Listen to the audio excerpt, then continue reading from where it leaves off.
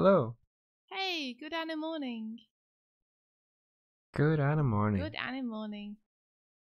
Welcome. Good morning, Shine. How's it going? How are you?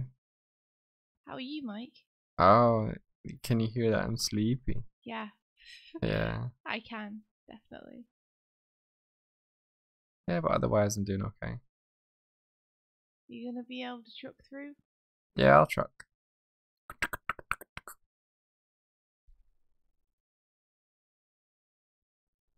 You can How, do it, Mike. how are you feeling? Amazing, that's awesome. I'm really glad. I'm feeling also pretty tired, but I'm okay. You know, I want to get the last little bits of this wrapped up so that I can try and grab people to help me colour it. Yeah, that's awesome. That's awesome, Shine. Thank you very much. That'll be great. I can give you a proper critique over email. And then I can take more time with it and hopefully it'll be more helpful to you. So thanks very much for making it.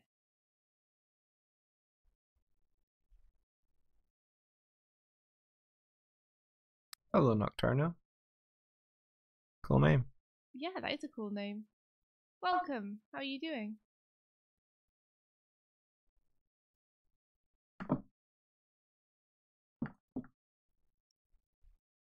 So far, your English seems perfectly fine. So don't worry about it. Rolando! Good morning. This is for animation, yeah. Yes.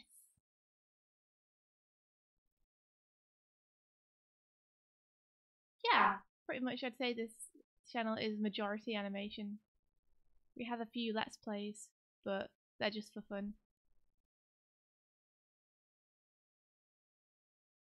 To blow off some steam after all this animating. Yeah. There you go. Hey Sarkat, good morning. How are you?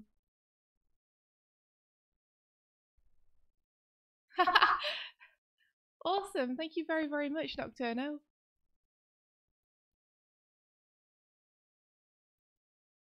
Ah, Hollow Knight. That The was a lot of fun. difficult game of Hollow Knight. Yeah, we loved it too. It was so much fun to play. Maybe one day we'll defeat that damn boss that we're talking about at the minute. Grim, yeah. Yeah. They'll have an even off screen.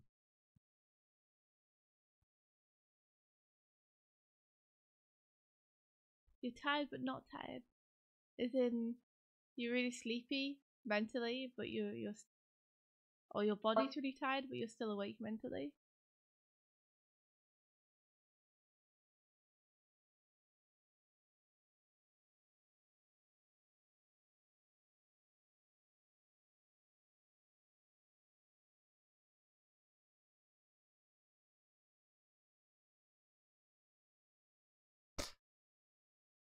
I think I get what you mean. What's weird other than you, Sarkat? What do you think? What do you think they mean, like?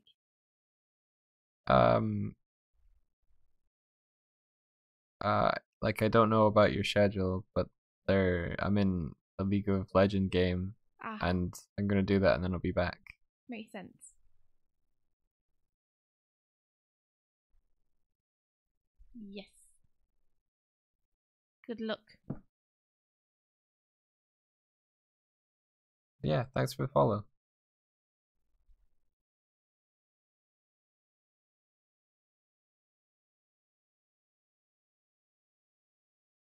Yeah, we saw that this morning. Sarkat. Mike's one of the people who's been selected for it too.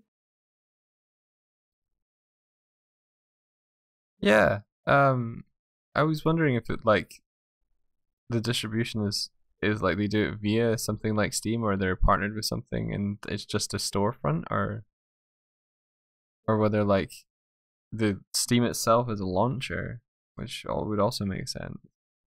It seems like everything is starting to try and be everything. Yeah, I mean, Discord has always sort of been predominantly about games. That's true. Like it's supposed to be like a games chat platform. We just used it for other things, and it's kind of blown up. Like, yeah, like Patreon has integration with Discord now, where you can link that, and then people who support you on Patreon can join like Discord servers. It's everywhere now. Aline, good morning. What is an MOOC class? That's awesome. Ooh, Aline, are you on it? You're gonna do some 3D animation.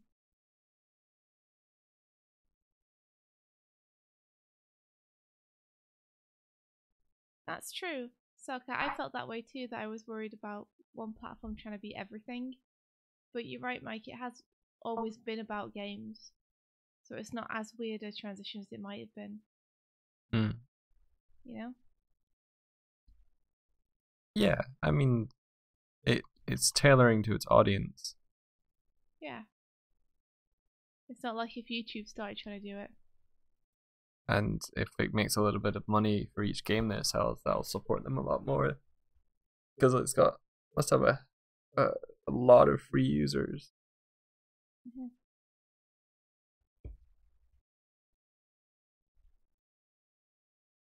Oh, the Small Free Goblins online class.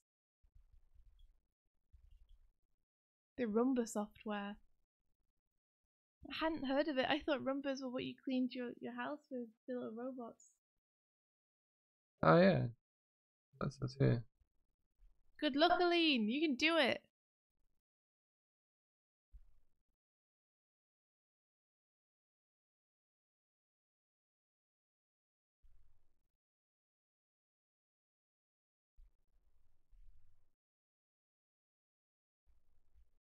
Oh, that might be true. I don't know. I wonder if they have any exclusive games up there. They must have. Not from what I saw when I took a cursory look, but you'd think they'd aim for something like that. Yeah. I also wonder whether there's any kind of integration they do with the games on their platform that gives them more options rather than using games on other platforms. Because I know that you can make your stream or your game, whatever you're playing, show up on Discord under what you're doing. Mm-hmm. But I haven't seen more integration than that, and I wonder if there is more integration they can do if they're sort of doing the game through their own platform. Yeah, you'd think so. Like if they could do something like integrate that somehow into chat and a screen share if you're playing a game. Yeah, it might be easier to like screen share it to a server or something like that. Yeah, or Ty being able to play the game and have a group chat open at the same time. Mm-hmm. They currently do that, and it doesn't. You can do it through Steam as well, and you could just be playing a game. Discord has some overlay options, but I've never really looked into it. Oh right, I'm still behind. I guess I've never tried to use those options before, so. Yeah, like you can have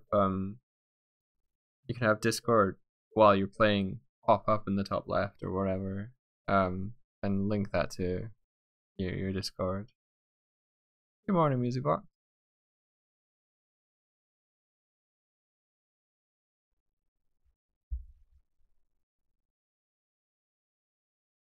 Yeah, good morning, Music Box. How are you this morning?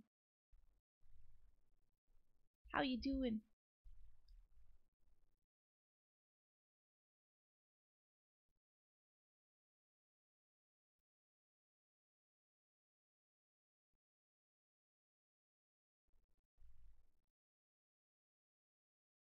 I've got that song in my head. She's just a small town girl. Living in a lonely world. How come? I Took don't. the morning train going anywhere. Is it because of something you were watching I yesterday? have no clue. Maybe it was. It must have been on something that I was listening to, and it's just wedged itself in there because there's no other reason for that to be in my head. Yeah, I think maybe they used it as a backing track or theme for something happening in what you were watching.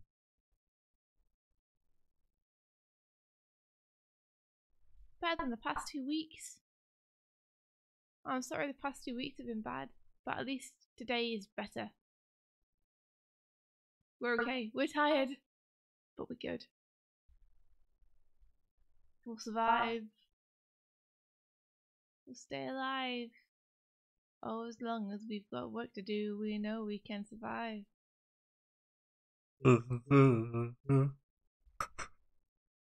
How's your work going, by the way, Mike? Well, I had to get an amount of work done and off yesterday for like a short-term deadline, which I did, but it meant that I wasn't able to work on my quota, so I'm going further and further behind. So I'm gonna try and pick that up today. Yeah, I was gonna say. So, what you gonna do about it? Like, what do you do when you're behind? I will then use the time that I would be spending on that project on the other two today, try and make it back.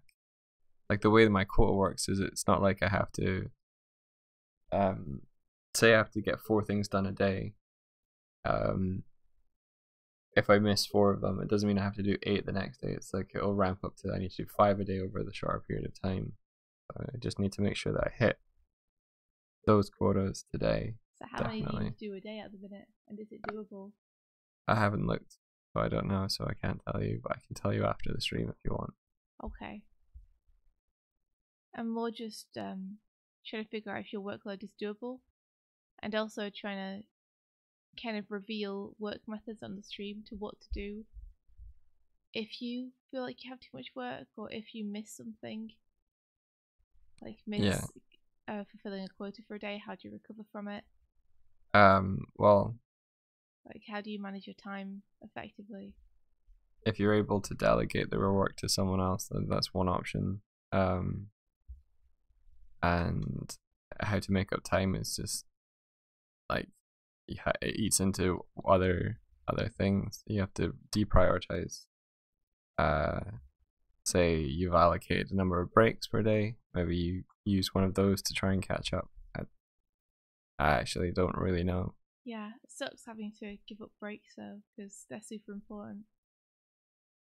Just to keep yourself going. Yeah. I mean the deadlines I have, some can shift, some can't. So for instance, on the one project for the backgrounds I'm doing, the deadline can shift from the short term one that we set in order to accommodate it. But one of the other ones can't shift because it's closer to the deadline of that thing. So I think just taking a pragmatic look at it and seeing what can be done. Yeah. Rhonda says, hi, I'm Mexican to finish your project. We would think about hiring people to use money to hire people. Yeah.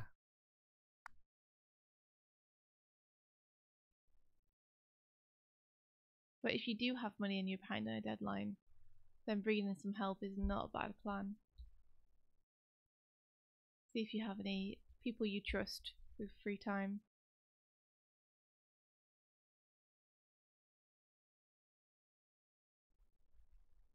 Yeah, I mean delegating it to someone, if you can. Yeah.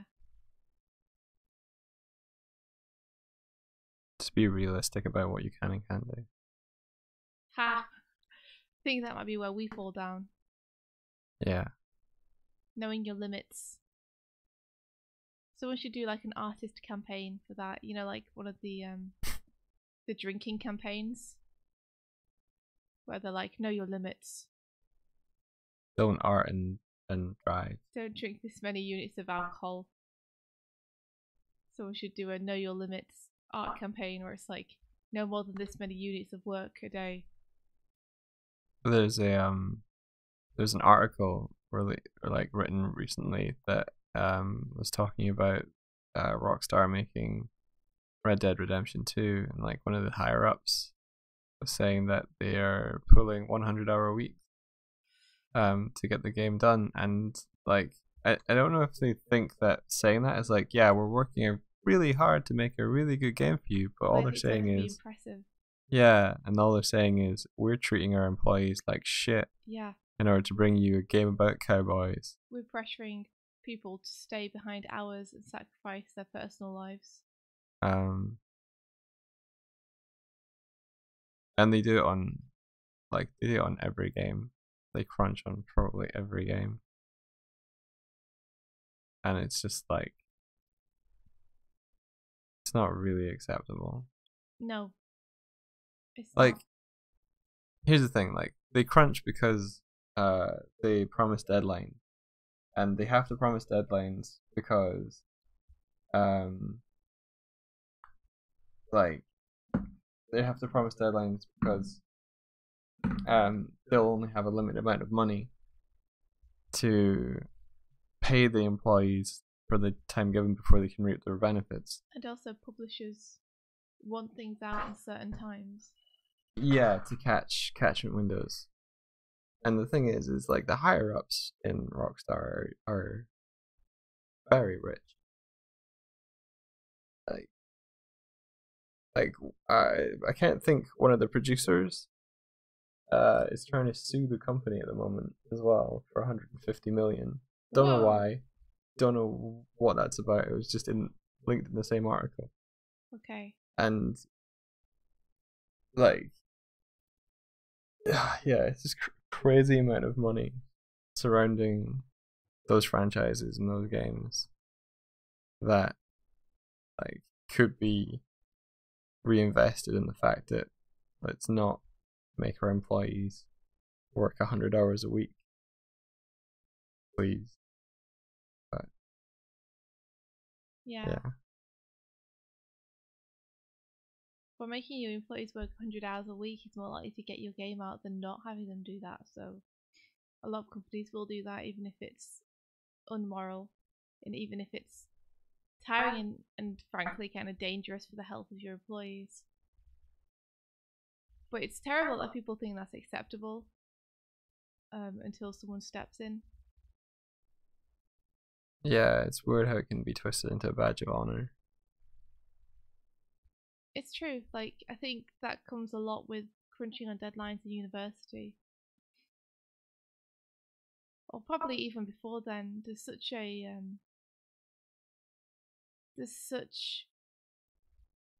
sort of celebration of work ethic.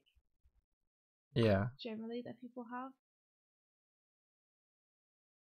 That sometimes you think the harder you work, the more you care or the better you're doing. But take it to like a seriously extreme degree. Yeah. Where you think because you're not sleeping, not eating properly, and you're putting work above your health, it's an admirable thing rather than just a danger to yourself. Yeah. It's not sustainable. No. And as someone who does that, who puts their work above their health, I can tell you that it's very difficult to keep up. And I wouldn't want to keep doing it that way. Yeah.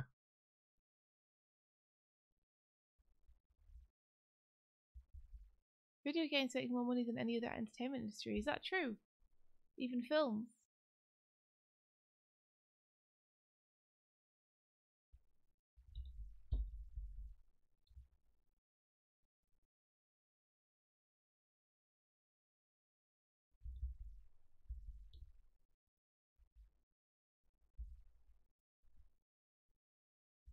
That's right. Yeah. You burn yourself out, they can just hire the next person. Exactly. It doesn't necessarily matter to the people who are hiring you. Not if it's a very big company where they're not terribly personal.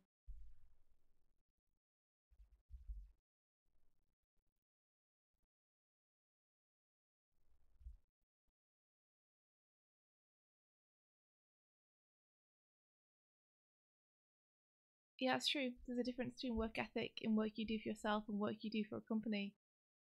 You obsess over work for your employer, they benefit more than you do. It's true. That's very true. Like, some employers will care about you pulling overtime and encourage you not to do it if they really care about you. But most very big employers will try and encourage you to do it, take advantage. I once worked for a company as a contractor, and I was contracted to work on one game, and while I was at the company, they asked me if I would help them do pitch artwork for another game they wanted to get, and I was like, yeah, okay. And I ended up pulling overtime to get the pitch done on time, because they needed it in by a certain day, and I wasn't paid overtime. I wasn't compensated for that, but I asked for like a day off for, I think, a hospital appointment or something like that, like something that I couldn't shift. Yeah, and they docked a day's pay from me. Whoa! Come on now. For it, like from my like freelance thing. So it's like I put in extra time, and I wasn't compensated, and I like pulled from, I like took a day off, and it's like, yeah, okay, we'll pay you one day's work less, and it's like, yeah, you don't care, really. Yeah. I suppose only people who are on salaries per year would get benefits, like sick days. I guess so, but you know. More than film. That's just incredible. So in that circumstance, I should have just said no, and not done the overtime. Yeah. Yeah, there's no shame or harm in saying no. It takes a strong person to be able to say no, but sometimes it's what you have to do to make sure you can keep yourself healthy and alive.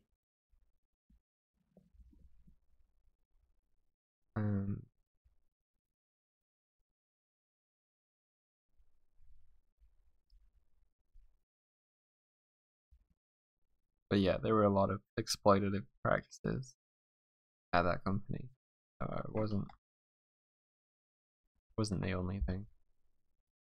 Yeah, that company didn't sound too great. Yeah.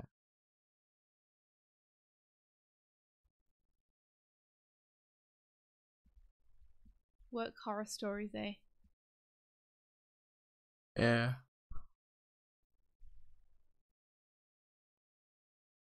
Do you have any other work horror stories? The like there was a point where as a thank you to team members on working on a particular game that got released, the CEO went out and bought I think it was like Game Boy Advance, like not Game Boy Advances, but like the latest Game Boy was out, might be in a 3DS or something like that. Right.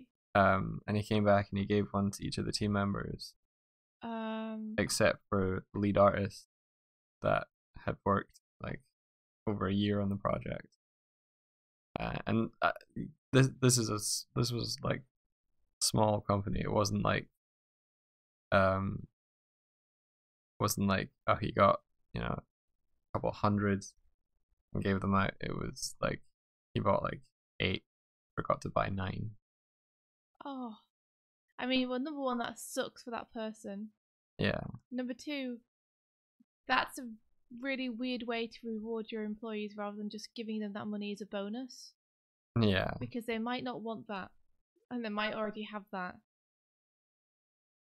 Pretty weird. And that's a weird way to give them, to spend a bonus for them on something you think they'd like. Yeah.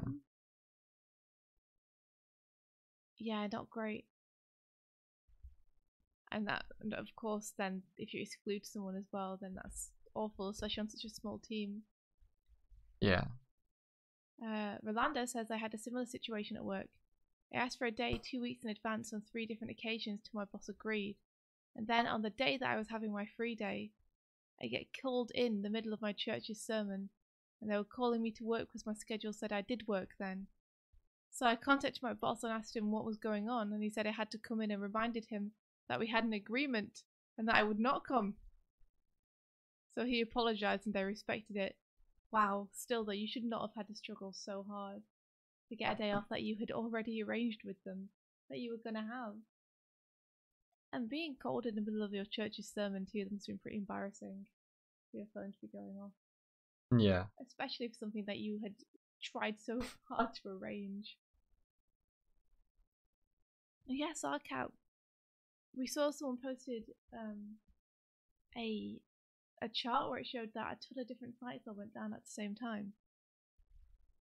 Yeah.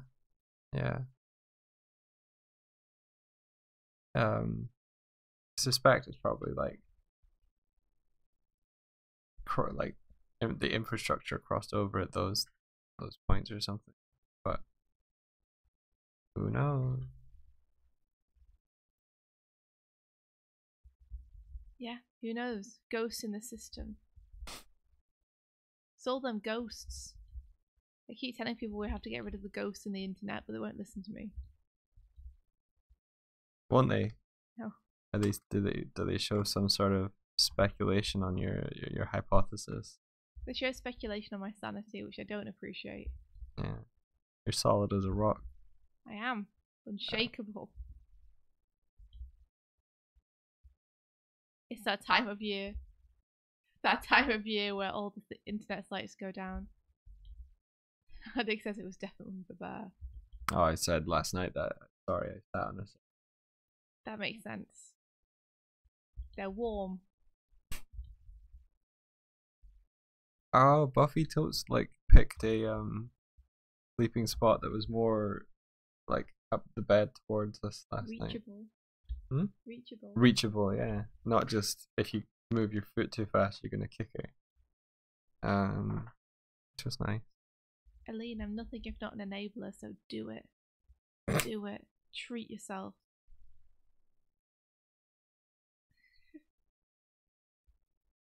It was adorable. He fell asleep, stroking her, and she was purring her head off. Oh my god, Sarkat, that'd be so cool. Please do it. A system of pulleys, a motor, and fishing lines to make a fake ghost fly around the yard on Halloween. Ooh.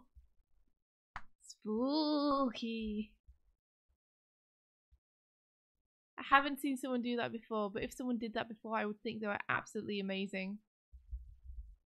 I'd be like that person. They know where it's at.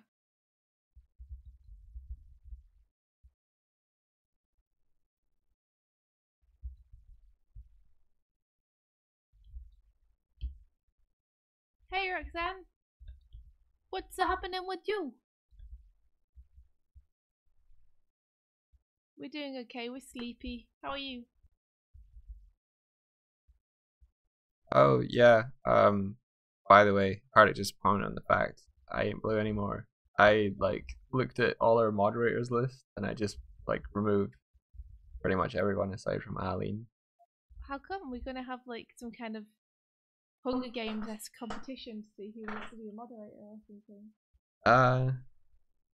No, but I felt like moderation has started to matter, so figured I'd take moderation more seriously. Oh, well, I believe Hardik would make a great moderator. Yeah, I think he would as well. I was literally just doing a clean out. Like Doig and Swift, though, they shouldn't be a moderator. They're No. super irresponsible.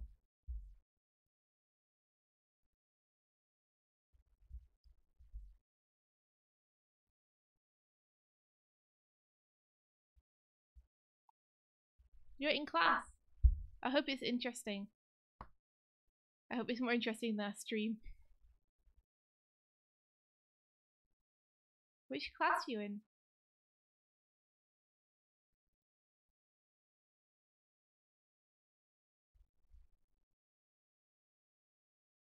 Oh yeah, Shine, I do. I know FNAF. I've heard of it, but I've never really seen or played it. It's it's pretty scary. If you want to see things people have set up, search Axeworthy Ghost on YouTube. Okay. Cool. I Okay. will. This sounds like it's exactly the kind of thing I want to see around Halloween.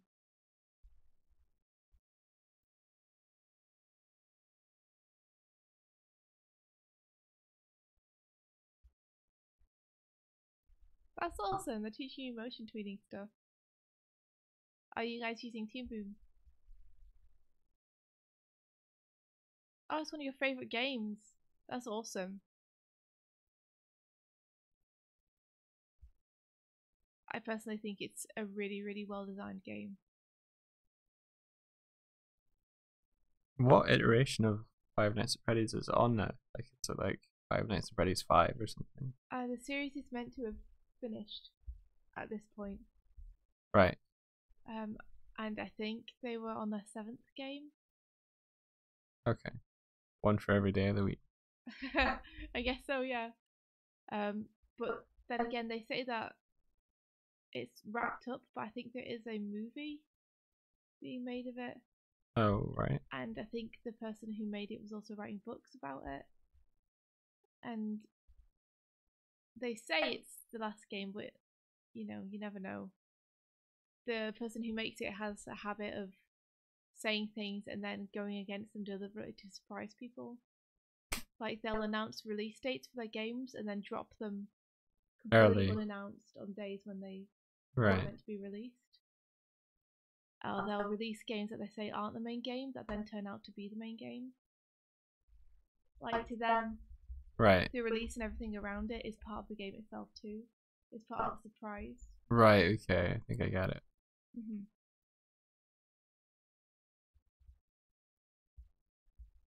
I think that's kind of cool because it adds not only an unexpected element to it, but there's a kind of scavenger hunt-esque thing going on with it. Yeah. Yeah, you're playing with audience expectations. That's just what the game does. Yes, exactly. Because there's a lot of lore that people are trying to work out about it. So dropping cryptic clues and such in various places and hiding stuff behind, I guess, fake announcements and such makes it more fun to decipher that stuff.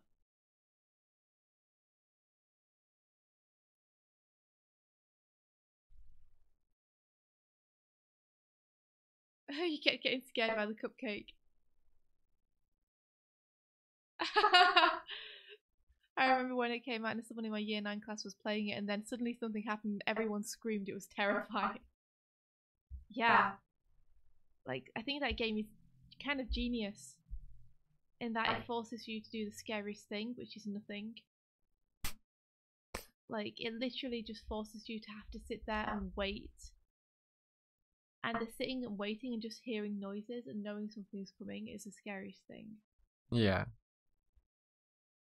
And that's like a mechanic of the game, is you have to do that. Kind of feeds into the fear of being helpless. Exactly, it makes you feel helpless. Much more so than any game where you run around with a torch and a gun. Yeah. And monsters run at you. Yeah, because you're given more agency in those. Exactly. In this one, you literally have to sit in your chair and try to just not consume your resources.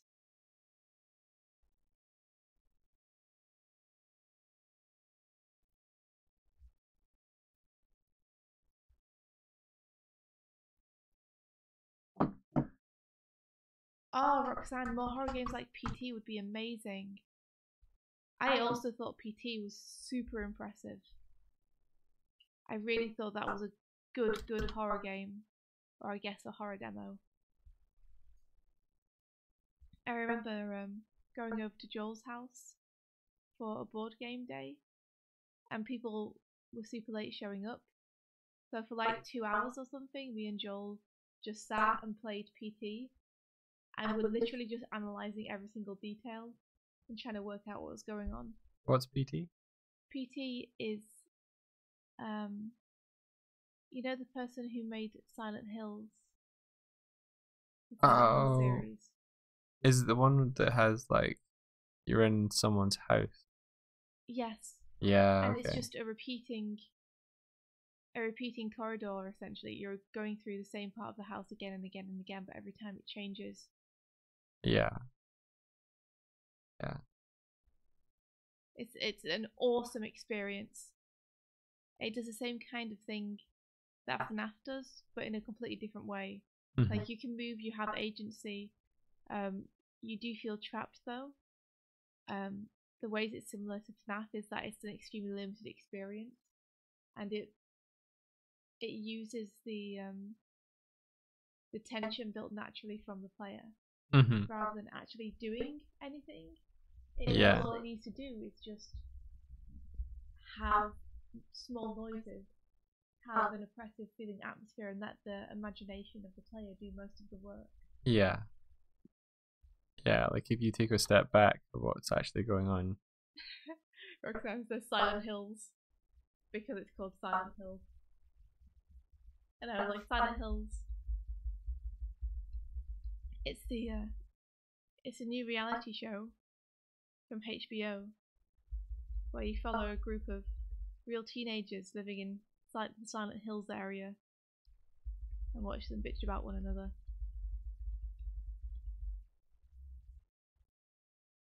Oh, the Grumps playthrough is hilarious just because Danny is so not up for it. Like, I would love to play that game with you, Mike, but I would freak out. PT. Yeah. We played it together. What? I'm sure we played PT together. We didn't? Didn't we? No? PT actually did a kind of similar thing to FNAF, although I don't know if it was as intentional. But it went up for like 2 days and then got taken down forever. Oh. So only people who downloaded it as soon as it came out. Maybe we watched a video of it or something. I think we watched a video of it, yeah. But it was very cool because, like FNAF, it just dropped out of nowhere. This amazing looking demo with all these amazing people attached to it just dropped out of nowhere, and it wasn't announced. It was just on the store one day and no one knew what it was. And then they removed it. Yeah. And then they played it and were like, oh my gosh, this is amazing. Yeah. I think it might have been Kojima. It was, yeah. Yeah. In conjunction with Guillermo del Toro. And it was supposed to precede a Silent Hill game, but the Silent Hill game got canned. Yeah. Which is sucks, but it led to Death Stranding, so Shine, if you like horror games, you might really like PT. It's much more tension soaked though. I mean, is it available now to play? Get released? I think it might be now available, but if not, you can watch people play it, you know. But it's much slower than FNAF. Like FNAF, the matches or the levels are only 10 minutes long or something. You just have to get through them. But PT is a much longer experience. Yeah. Yeah.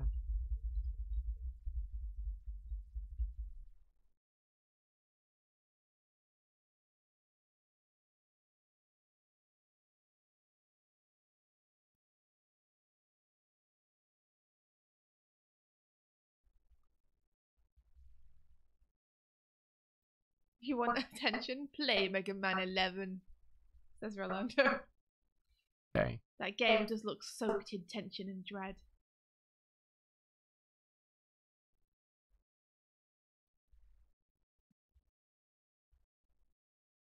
Oh, I want to play that game with the girl in the yellow rain jacket. It was a I can't remember the name of it though. But yeah. Little Nightmares?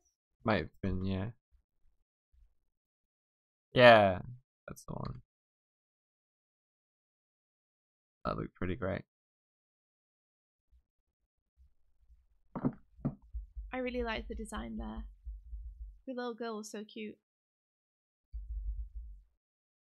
Well, I'm assuming she was a little girl. Oh, Nocturno, we're in Ireland.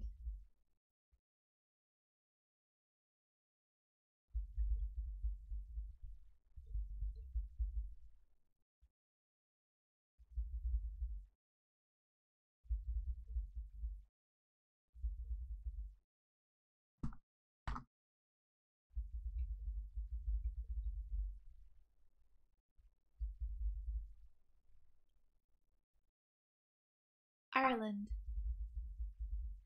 I don't know if we should type it. I'll type it. Like in Dublin.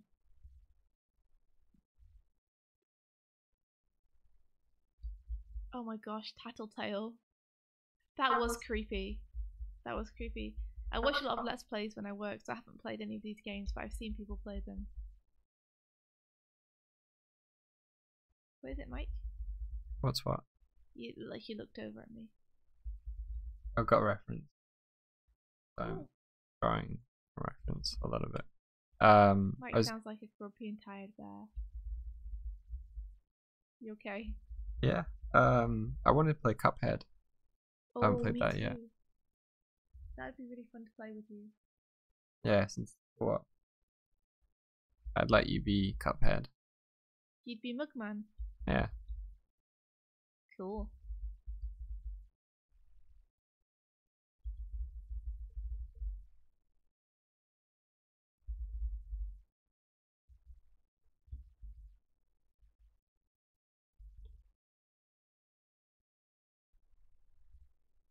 Ah, the mouse was super fast on Tattletale. That must have made it really hard. That's okay, Shine. Yeah, that game looks gorgeous. As people interested in non-animation, you think that we'd have played it already, but we really haven't had time.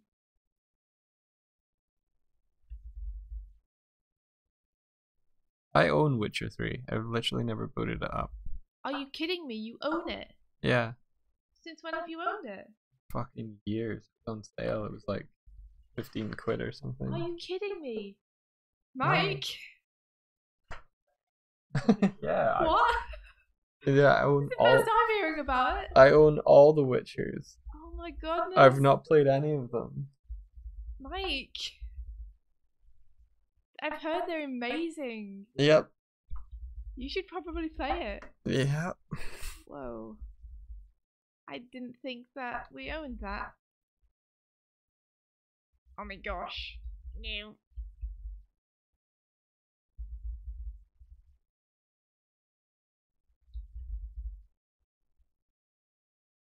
Wonder what other secrets you've been keeping from me. I own Tomb Raider as well. What? Since when? I buy them in the sales when they're like a $5. When do you buy them? Years ago. We should go through my Steam library sometime. Wait a minute, so you don't mean the new Tomb Raider? Well, there's a new trilogy of Tomb Raider. The first in the new trilogy. So not the one which came out very recently? No. Not the Shadows one that being advertised right now. No. Okay, that's what I thought you meant. I still didn't know that you had the other one though. Witcher, yeah. Wow, you keeping secrets from me. I'm really not. Like, keeping secrets from me. What are you hiding? Where's my Steam library? You're gonna like look under the mattress and just find like a bajillion games.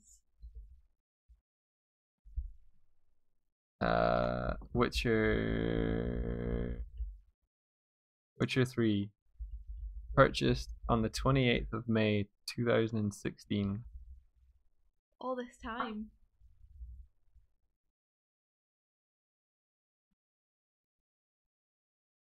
Oh, Aline, how has your next run been going on Undertale?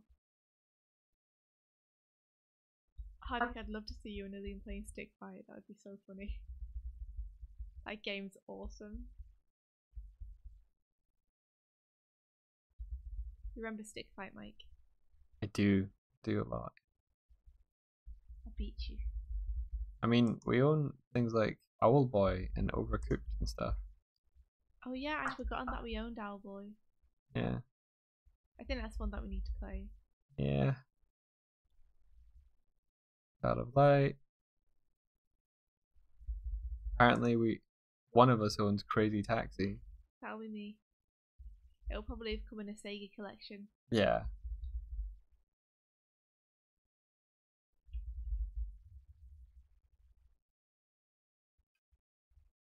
Aline, don't cry. Don't cry.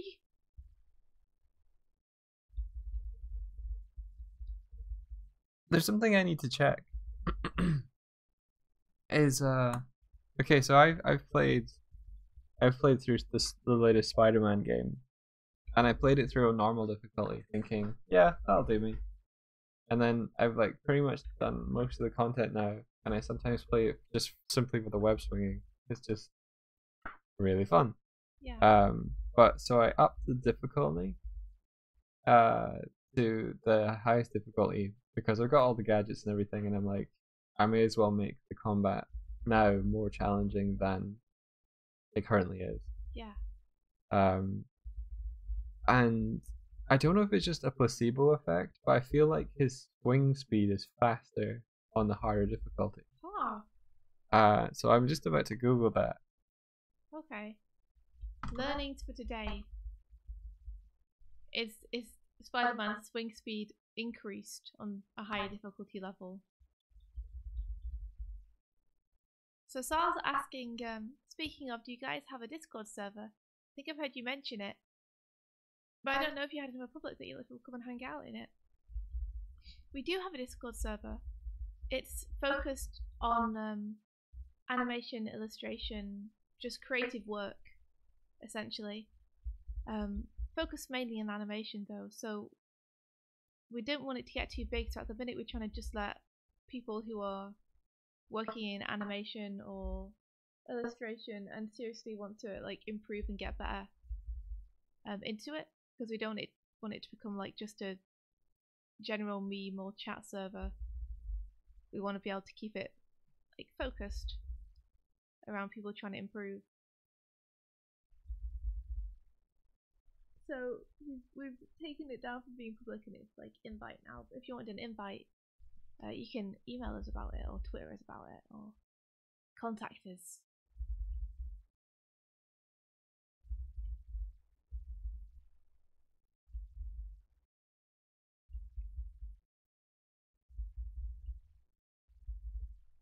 Yeah, thanks for that, Sifty. I didn't find a definitive answer, so I'm not gonna look until. I was gonna ask actually, how cats purr since you're looking up stuff. Oh. Since I was wondering yesterday, that can be our learning for today. Okay. We're gonna find out how exactly cats purr.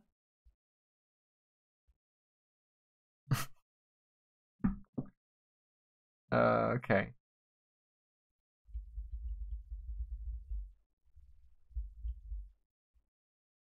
That's okay, Salcat. You don't have to be a pro. We do have people of all different skill levels in there. The main thing is just like people's work ethic and wanting to improve being the focus.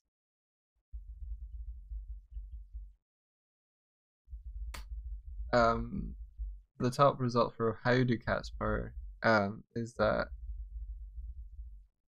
it begins in the brain, and a repetitive neural oscillator sends messages to the laryngeal muscles, causing them to twitch at a rate of about 25 to 150 vibrations per second.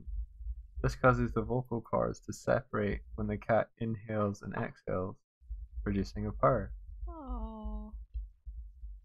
Oh, so it's like it gets happy and then its larynx starts vibrating, and then when it breathes it makes a noise.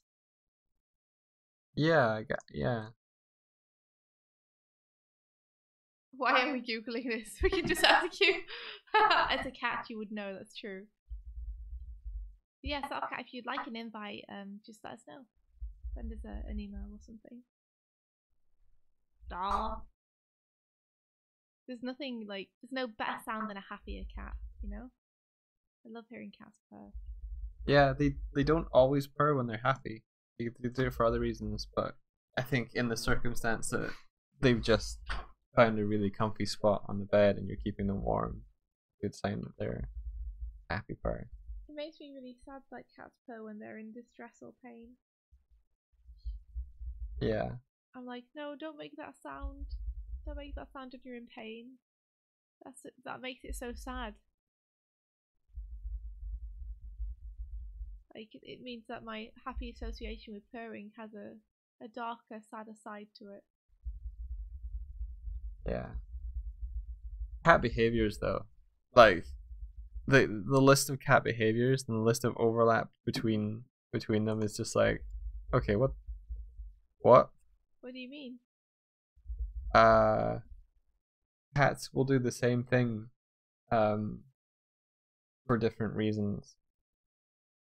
So you can't just be like, my cat did this, so it must mean this. Like my cat did this, so it could mean that they're happy, scared, nervous, playful. Oh, I see what you're saying. Like my Yeah, it's just difficult to say they did this and therefore this. yeah. Yeah. I think you have to really read it in context. I think you build up a sense for it. Like you can look at a cat's behavior and be like, yeah, they are feeling slinky. Slinky, that well-known feeling that we all have sometimes when we're feeling slinky. We got our silk underwear on and we're like, yeah.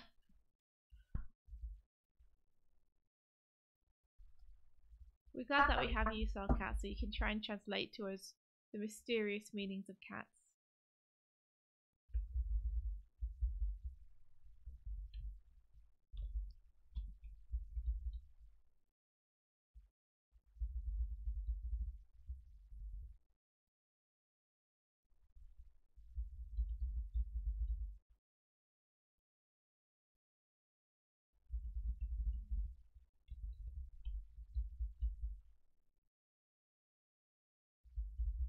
I think someone should make an animated movie about a cat in ancient Egypt.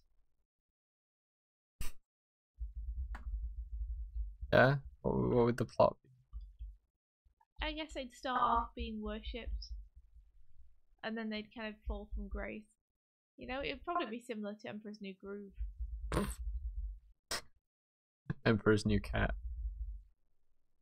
But I think they're missing a trick by not having an animated movie about a cat set in an age where cats were worshipped as gods. And looked very different, and ancient Egypt is a setting. Yeah, it's kind of like Oliver, is it Oliver and Company? Yeah. Oliver and Company meets Prince of Egypt. Yeah, exactly. I think it would be a pretty lush world visually.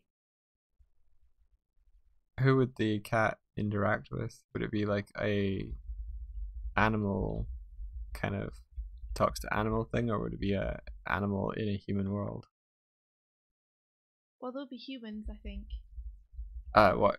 Sorry, yeah. What I mean to say is it would be an animal, like interacting with humans rather than other animals, or would there be more cats? Or I think there'd be more cats than other animals. So it's like Watership Down.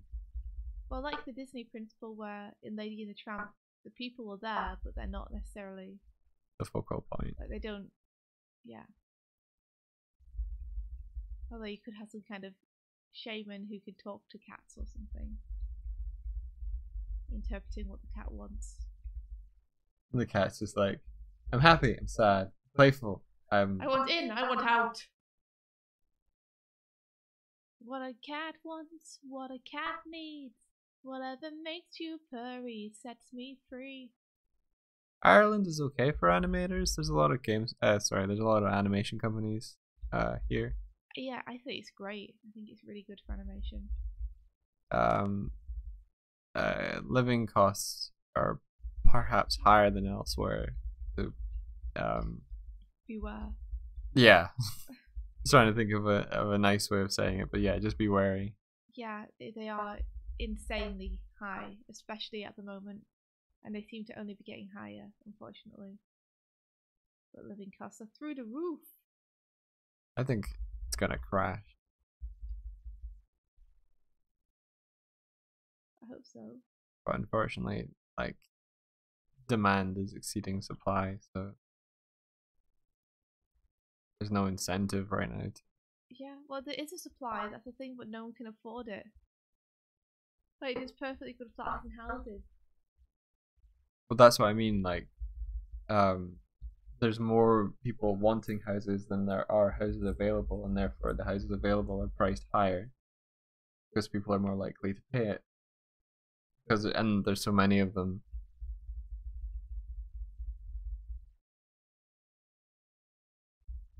Do you live with your animation? Oh, I see. Do we make a living from animating? We do.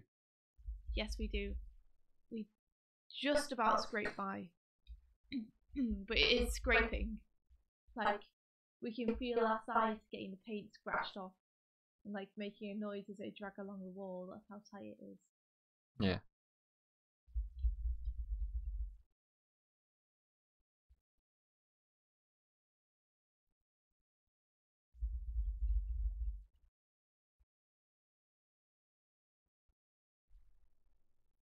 Oh, night night, Sarkat. Sleep well. Thanks for hanging out with us. Go find a nice comfy spot to curl up in and purr away. Oh, take care, Starcat. Yeah, and I hope you feel better soon. Sorry to hear that you're feeling sick. Take care of yourself. Take care of yourself. Ooh. Yeah, Nocturno, it's been great. I've enjoyed these last 2 years freelancing so much. I've done projects I never thought I'd have the chance to be involved in. I'm so excited for people to see what we've been working on. If it's one of your dreams, you can totally do it. It's doable, and even better, now you can do it from anywhere in the world. Yeah, working remotely has opened up a lot of possibilities. Yeah, because there's a lot of online animation studios now, and people outsource to freelancers more. It's much more doable to be able to stay where you are, or find a cheap place to live and freelance from there.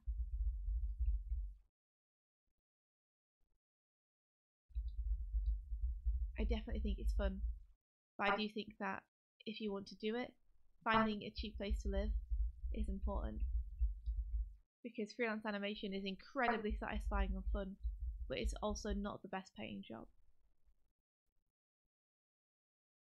You know, work hours to pay. Yeah.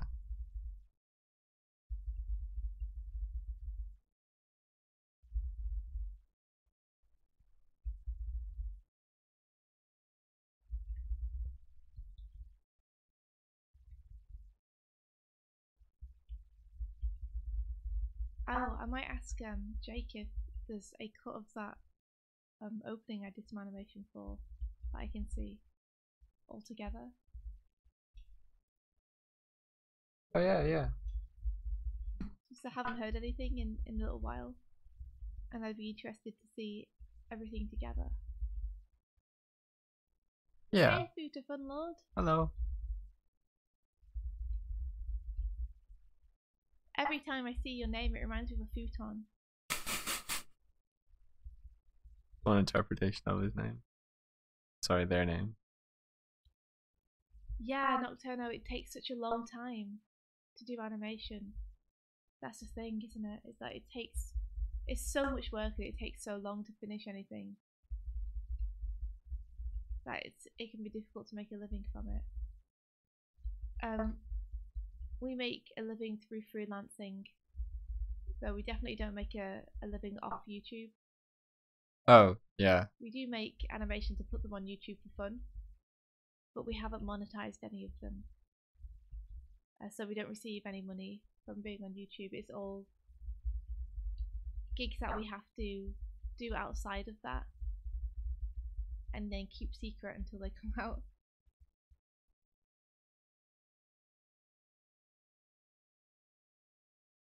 Futons are awesome, Futa Fun Lord. I've got to say, I agree with you. Because you can put them anywhere, and also just be convenient about sleeping just on the ground on the futon. In our last flat, we primarily slept on the ground on a futon. We did, yeah. I had forgotten that, but yeah. Mainly because we used the bedroom as a storage room.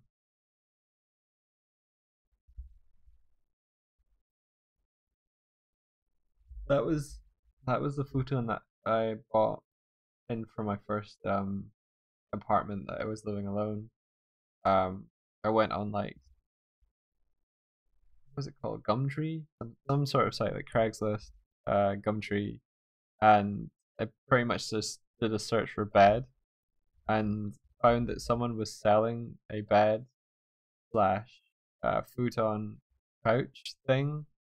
Um, they were literally in the same apartment block as I was. I was like, So perfect, lucky. perfect. I literally could just walk over and be like, "Hi, person that I saw you were selling a futon. yeah." That's so cool. You were very lucky that they happened to be in the same apartment as you. Yep. And now that futon is uh off to the recycling center in the sky. Oh, Nocturna says, can you do me a favour, please? Could you have the possibility to put more volume in the audio? It's difficult to understand and I have all my volume up in my PC. I think if we just sit closer to the microphone, it should be better. Okay, hold on. I'm trying. I have so many cups on my desk. So much tea, guys, you don't even know. There we are. I'm closer to the mic now, so hopefully that's clearer. Should be better. The thing about having these microphones noise gate so high is that we're trying to limit the external sound, but it means that if we go slightly further away from the microphones, they gate you, India. Yeah. They're gonna get gated. We did.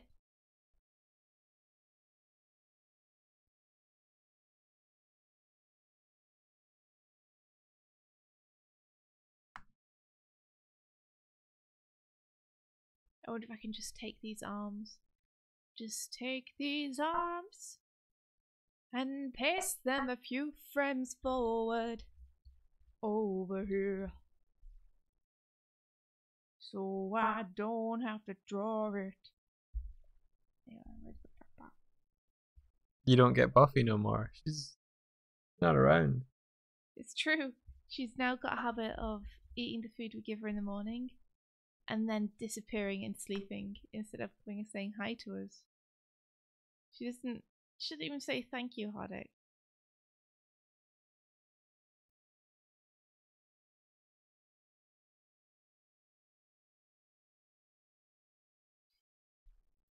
Yeah, Nocturno, it must be difficult. But thanks for sticking with us. We're not the easiest to understand. That's true. A lot of people who speak English don't understand me some of the time. I talk quite fast and I slur my words together.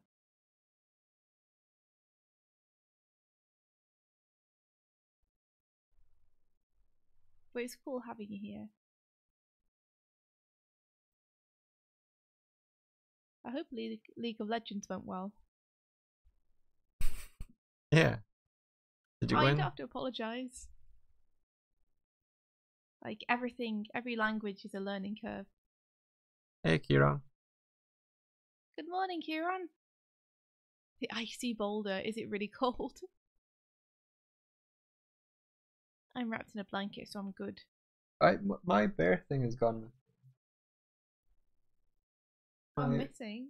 Like my little shroud warm fluffy thing. I'm pretty sure it's just downstairs. Do you mind if I take a moment to go get it? Because I am feeling really cold. No, go get. Be right back.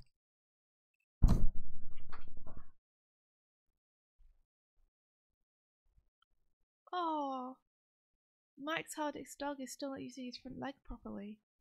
Beth said it's normal for big dogs to develop such problems during weather change, but it sucks. Oh, poor Max. Give him so many hugs.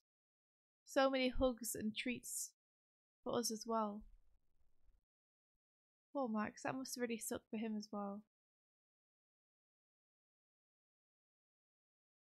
The air is conditioning.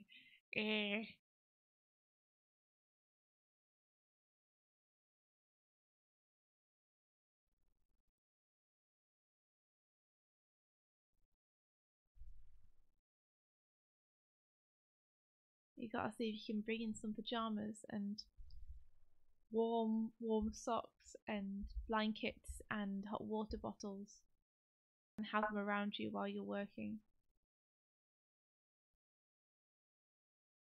It does, you need to find it. Now is the time for warm, fluffy throws.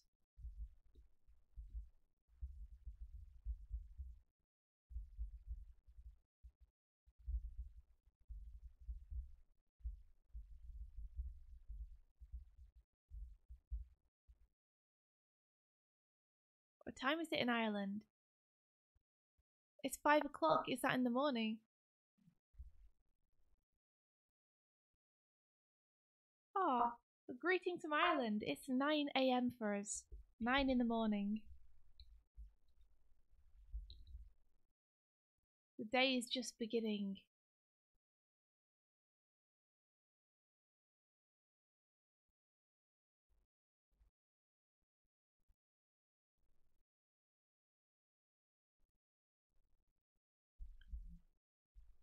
Yeah, I'm sure the vet knows what he's talking about.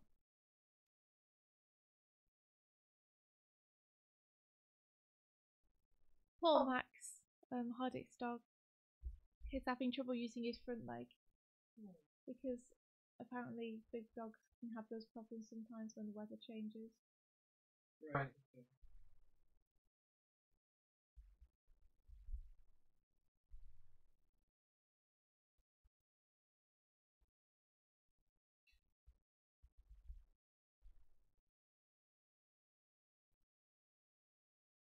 Ah.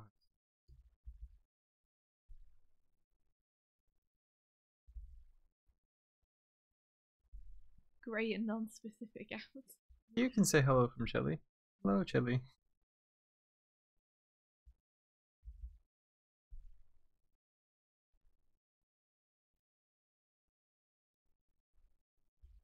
I think I've aged the character up too much. I went from like youngish, although I don't like that face as much anymore. I think I need to like, maybe after seeing this one again, what I really need to do is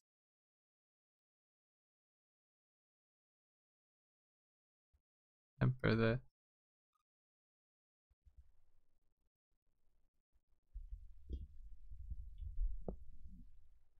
Oh no, music box. I don't know what to suggest.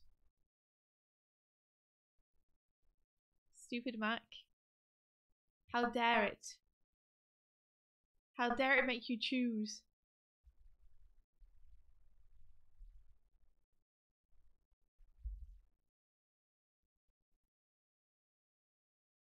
I saw something funny the other day, which is that in the latest update to Photoshop, they finally allowing you to do multiple undos.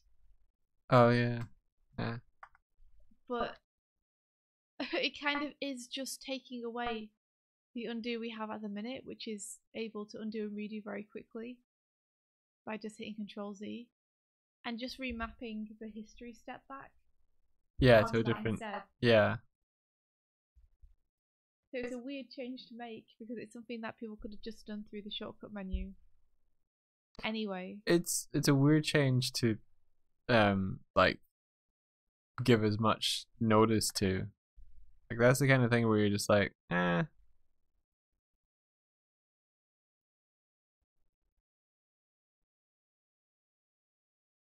it crashed once while using Photoshop and froze up my Mac completely while I was trying out After Effects. Ah. Gosh darn it, Mac. Well, gosh darn it, Adobe, I guess more.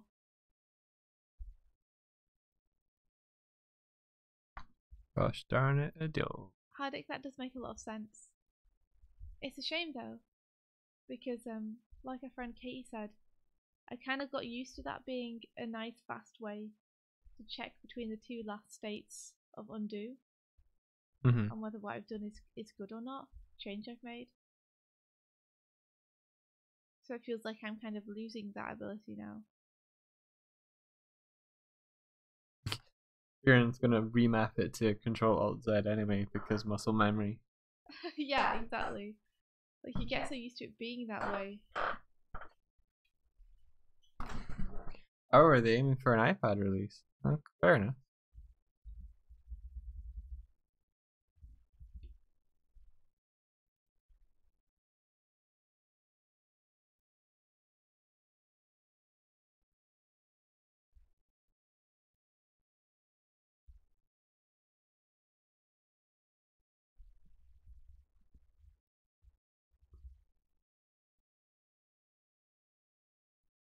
Oh, well, that'll be good for you then, Music Box.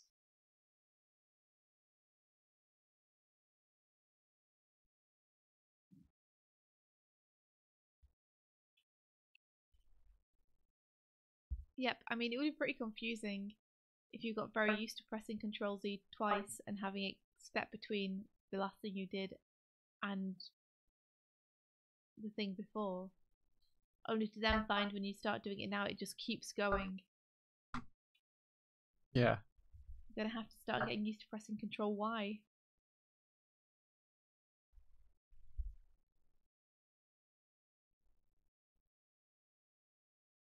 You posted a video on the Discord if we're interested.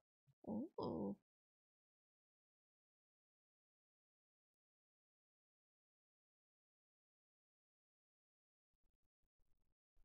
See what the video is.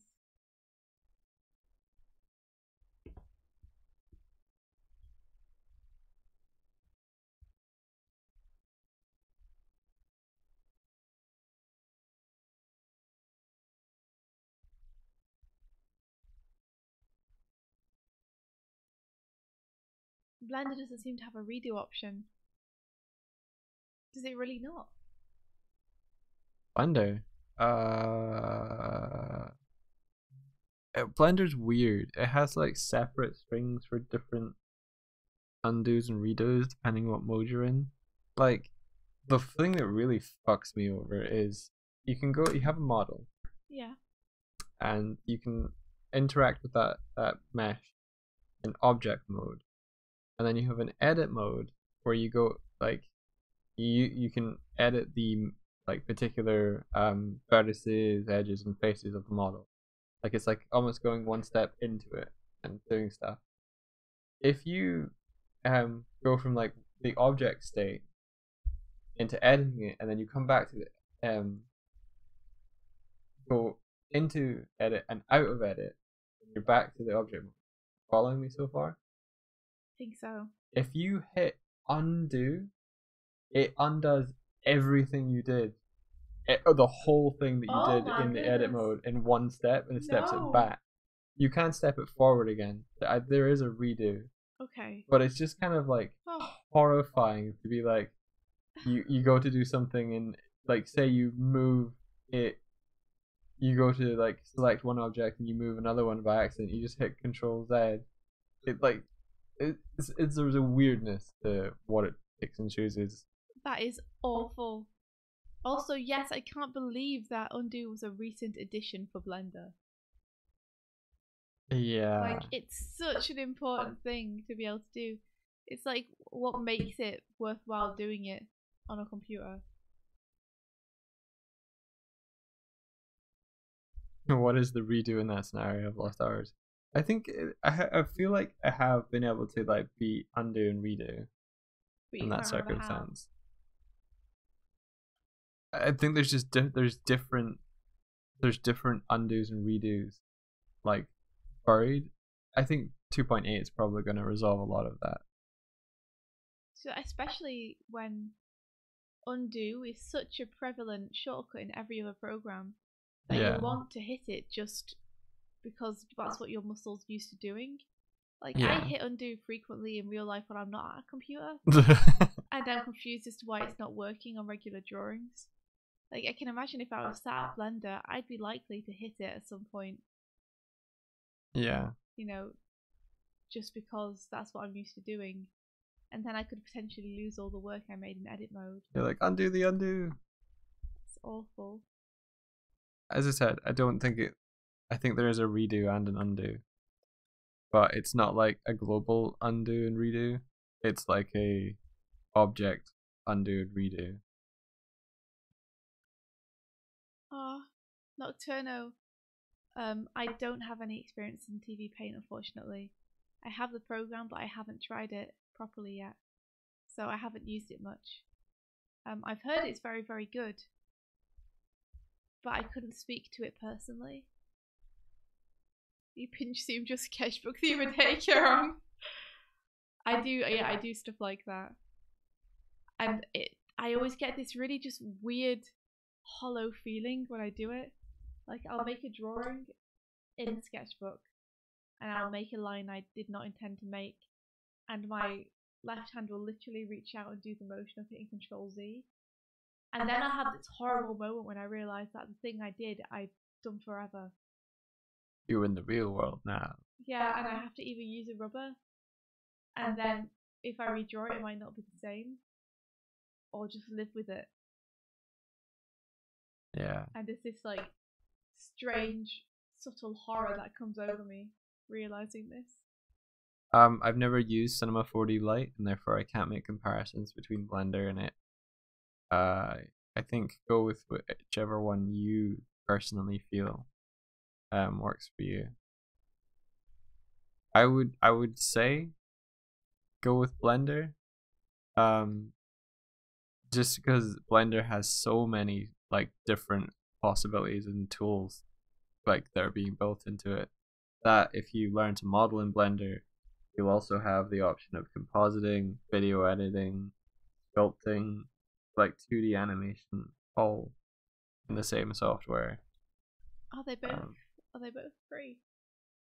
Well, MusicBox mentioned that Cinema 4D Lite came with After Effects, and therefore they'll have had to have paid for After Effects, and therefore partially paid for Cinema Lite. I see. But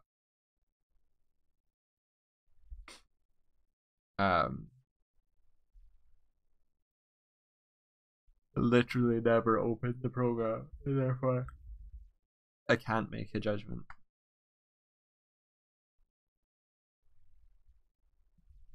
Your drawing has consequences. No.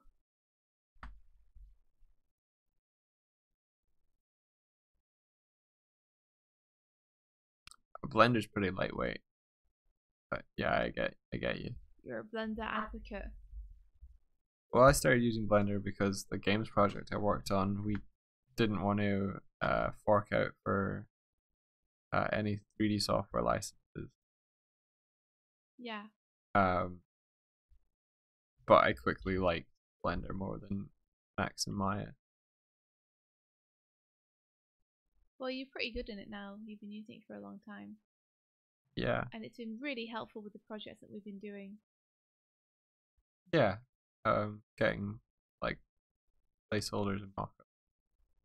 Yeah.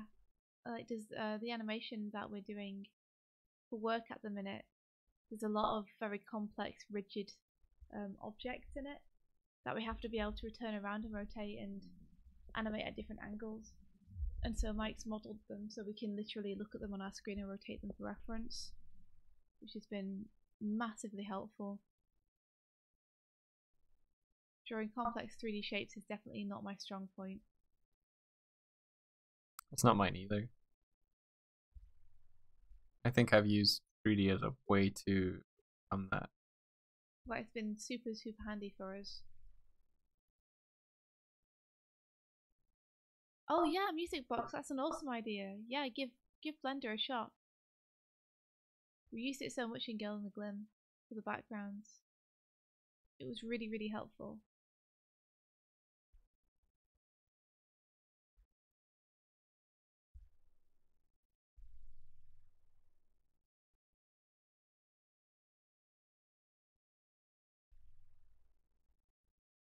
I'm looking forward to your simple Blender tutorial, Mike, that you're gonna do.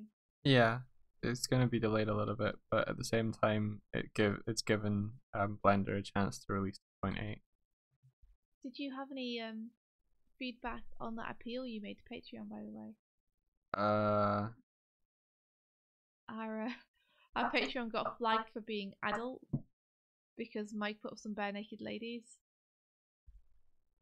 However, they were all censored. So we've tried to appeal them making our Patreon a mature Patreon? Yeah, no feedback yet. Okay. Other than we have received your. Yeah, I put up a post about Bare Naked Ladies book and censored the nudity in it, but apparently they deem that as like gimmicky censoring, but like there's a difference. Gimmicky. I think it's the thing of like if you put up something that's erotic, but you just hide certain aspects of it, it's still got the erotic theme to it. So the gimmicky thing is like it's more of a like a tease than it is um just blocking the particularly offensive, there's an air quote marks areas. I understand that, but then again, censoring bars like that were literally invented to overcome the problem of it not being appropriate. Yeah. Yeah, so and I also made the point of not writing bare naked ladies anywhere in the post so that it wouldn't come up in search for people looking for those terms. Yeah.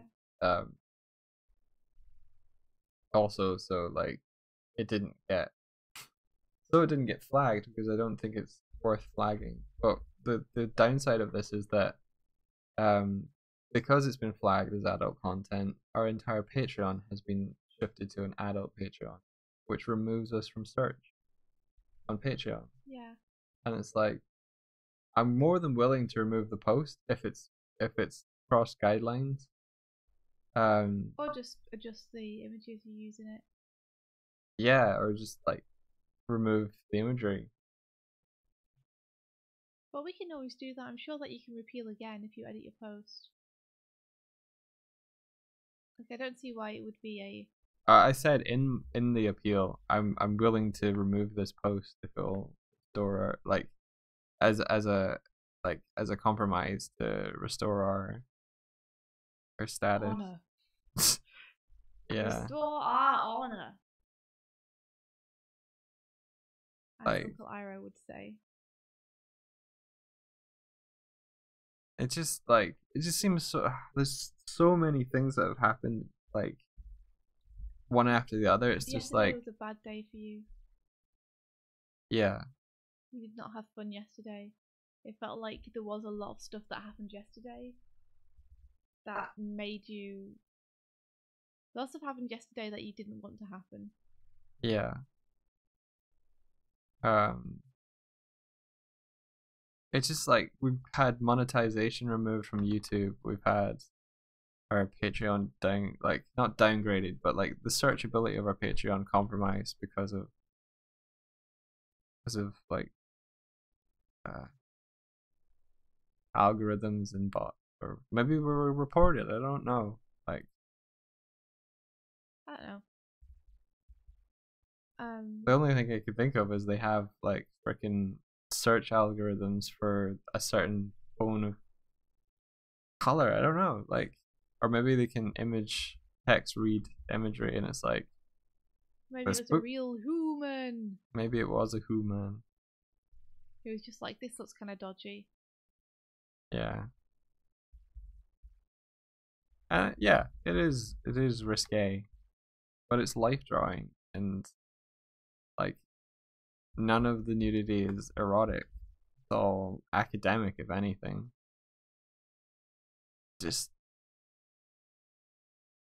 it makes it difficult to like look forward to doing stuff if it's like there's you're that second guessing if you should be doing it. Yeah, there's just that little bit of resistance there that just makes everything just a little bit more pent.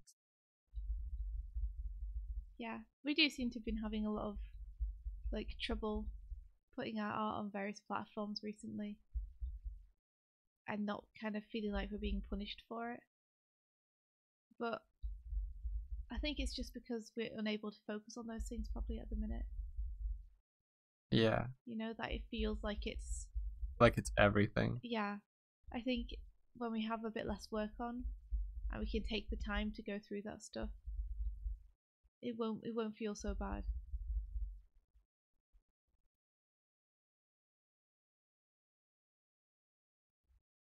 Oh wow, Kieran, I hadn't even thought of it. honestly, I'd be worried that it would be a waste of money for us. But it's awesome that you're saying it works, because that would be my worry would be that it wouldn't. Oh, like paid advertising. Ugh. Ugh. You mean like advertising Bare Naked Ladies itself, or advertising to Patreon or the YouTube? Well, the YouTube wouldn't pay for itself because it's not monetized, but do you mean the book specifically? Aw, heartache. Thank you. Hugs. Hugs are the best.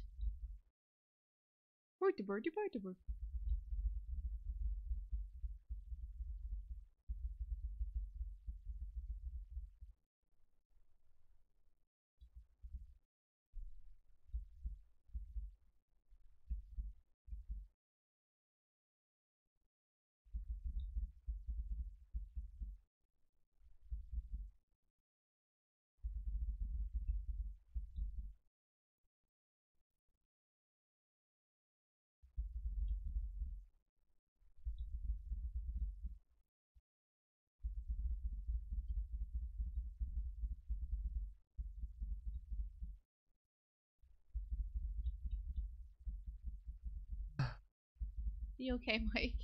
Yeah, I'm sorry that I reminded you of all the stuff that happened yesterday. that's okay. I didn't mean to bring it into today. I should have maybe thought twice about that. Don't want to give you bad energy first thing in the morning. I was trying to figure out ways that I used to um alleviate kind of tension and stress, and one of the things I did was I um I I took the keyboard out and I jammed on that a bit, and um I was playing the Girl in the Glim theme and riffing on it, and playing it reminded me what the theme Girl in the Glim is, Yeah. and it made me realize that that's like one of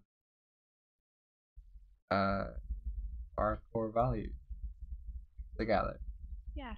and that story is a expression of that, and um how much fear there is.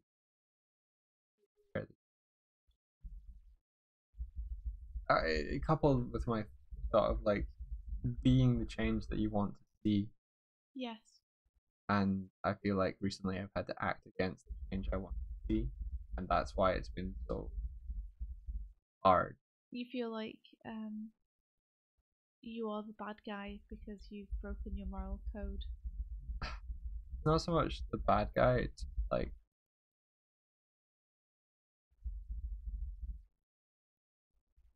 I've had to act against myself. Mm-hmm. Well, I've chosen to act against myself. It's hard to, Let it make you stronger. yeah, Let it, strengthen yeah. your resolve. Because there's nothing that, we can really do about it.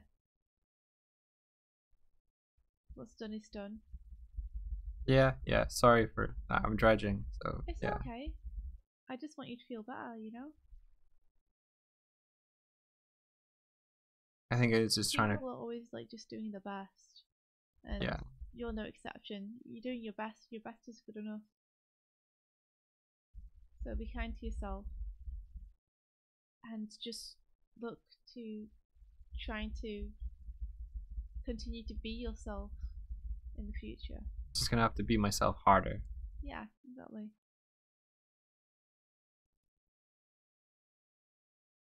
Oh, good to see you, Nocturno. Good night.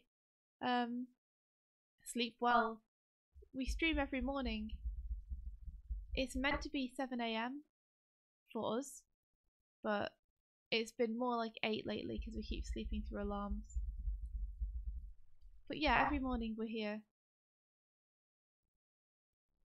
till about 9:30 or 10ish. Yeah.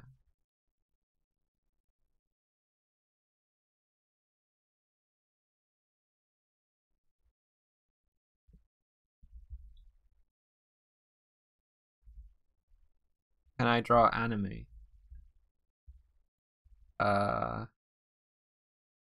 Let's see. Let's find out. Can I use reference? Or do I have to do it from my head? I don't know. Rolando, you make the rules. Buddha says, why am I the only one that ever uses Picardo to watch you guys? We don't really link to Picardo ever. So Nocturno, you can do it. Go for it. We believe in you.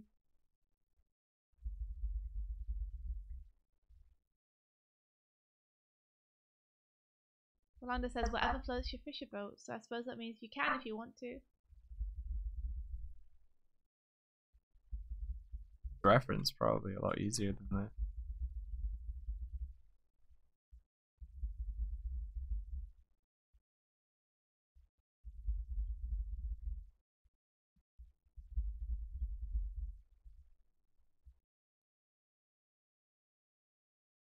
The answer is probably a resounding not really.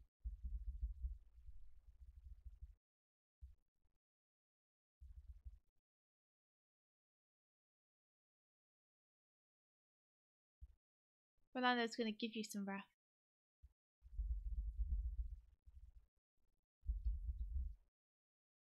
And now he's laughing like an old man. Cool. I downloaded Blender, I don't know where to begin. Mike, can you recommend any good Blender beginning tutorials? Like maybe check out like just search Blender documentation and then search terms that you want to know. Be able to help you that way. Like I don't know particular tutorials. Like Blender Guru can be okay. Blender Guru. But he actually there's a really cool guy who said a lot of like cool tools in Blender, but maybe he has a 10 things you didn't know about Blender. Is he good for beginners though? No, I want to see if he has if they have a beginning tutorial, because I really like the way they taught things.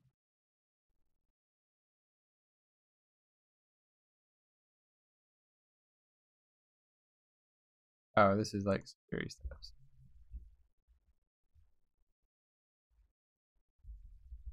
I don't have an immediate.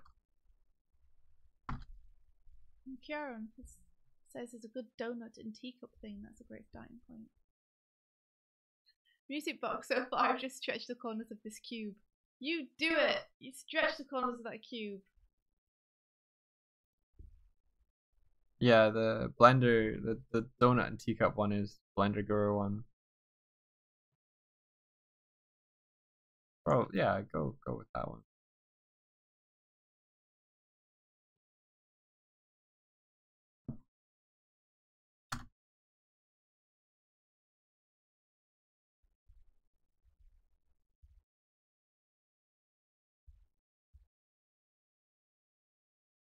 Did I get a reference yet?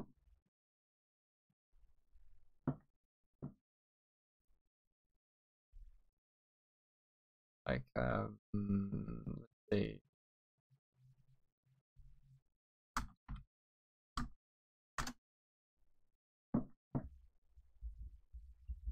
Hey Mike, you know back when you were first watching anime as a teenager? Yeah? Did you used to call it a meme? Nope. Oh. Me either. Sorry. Like,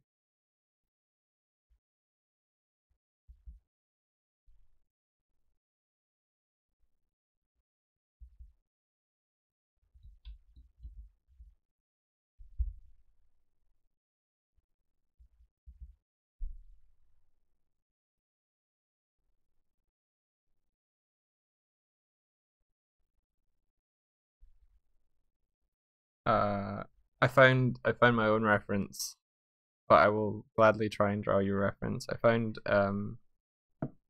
there's a show that India used to watch, and I found the old version of the show. Oh, the Dirty Path. Yeah.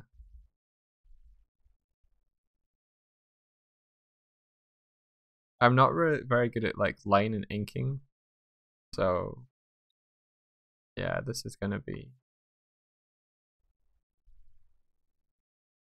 horrible. Come on now. Don't write yourself off before you start. Okay. It's the best thing you've drawn in ages. What if you're like, oh my gosh, I drew a really, really good anime face? And Rolando's like, whoa.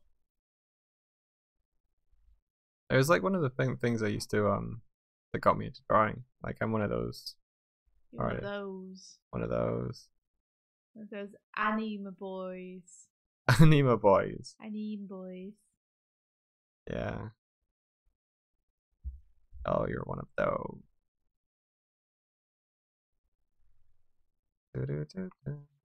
I wasn't very good at it. It has to be said. Like I never. When we first started though. Like we were just experimenting back then.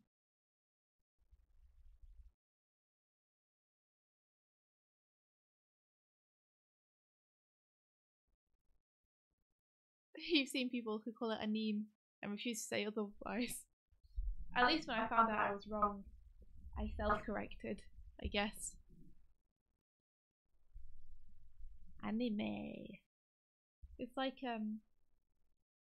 kawaii. I used to think it was kawaii because I just like before I knew that in Japan you pronounce things differently. Yeah, you just that the words would be read phonetically as they would in English. Yeah. Like when you have romanji like that, then and you're not really taught, you just read it as you would read it. I'm sure there must be a reason why when they translated Japanese to English and wrote it out phonetically, they chose to change the way that you would pronounce things rather than write it phonetically in a way that English speakers would naturally say it correctly. Yeah, I guess there must have been a reason. Like it must have been something to do with it being more authentically translated that way. I think it was just like the way that it's broken down in English, like Roman letters, is just they have different word blocks that string together to make words, and so it's kind of a middle one. It's not like, yeah, I don't know what I'm trying to say. Because I don't have all the alphabets that English has. Perhaps. I guess I was assuming that since the function is just to phonetically show you how the word is pronounced in English.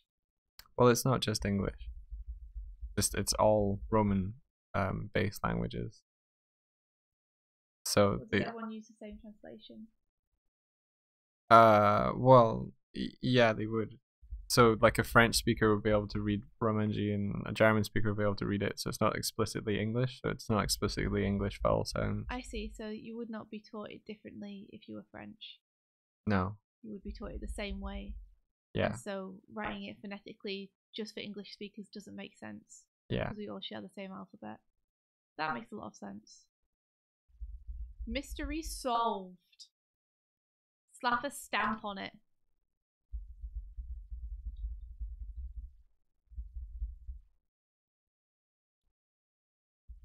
See you, Kieran. See you, Kieran. Have a great day.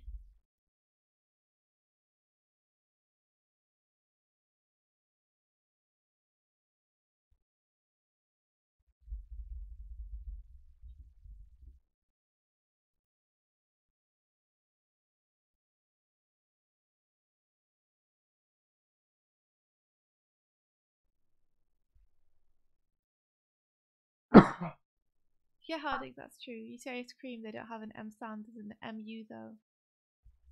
Ice cream.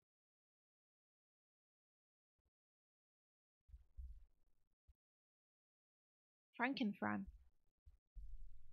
Oh, I'm not into horror because I'm a big old scaredy cat. And even though I think it's really cool, if I watch it or read it, I get freaked out very easily. You are surprisingly scared of things. Like, for a brave person. Yeah. Well, actually, I wouldn't call myself brave, but for a brash and brazen person. Yeah, you're stubborn. Right. And yeah, brazen is a good. Would you expect me to be less scared of things? I didn't think you'd be as genuinely afraid of spooky things as you are. Spooky. But Mike, I think it's just because you have an overactive imagination. Really. they're so spooky. They're so spooky though.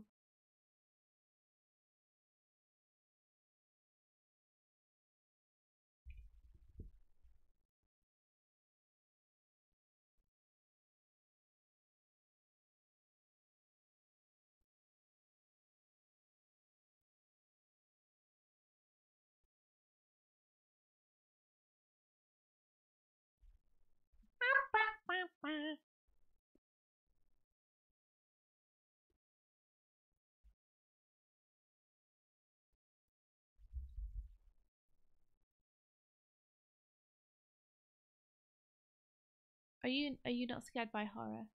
Me, no. Do you like horror? I don't mind it. I enjoy some horror films, but the things that get me unsettled are more like and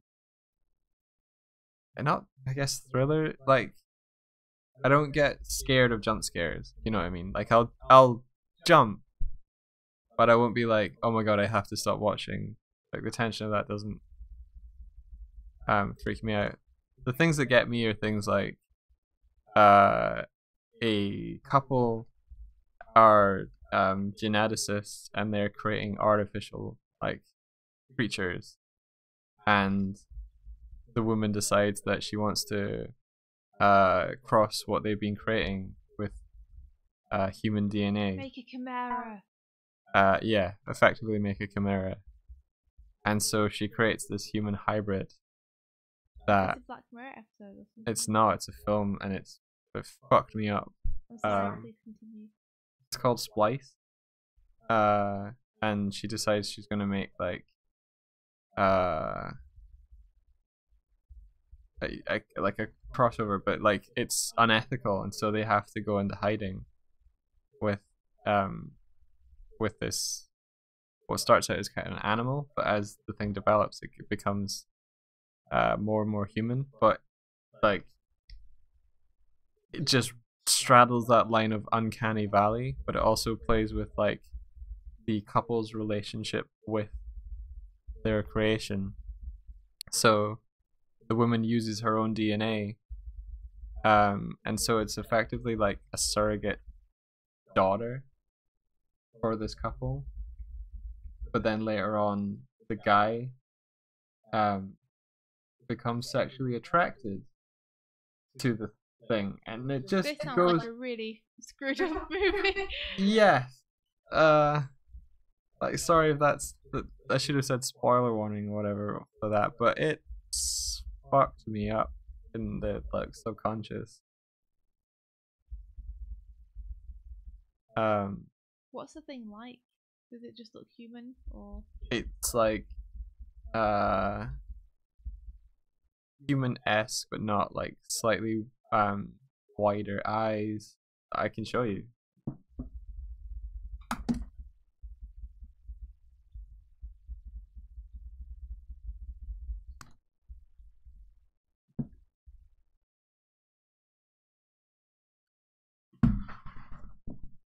That's her shoulder. That's her when she's like. But she looks nice and happy. She does look just like a human. Kind of. Like she starts out looking like this though.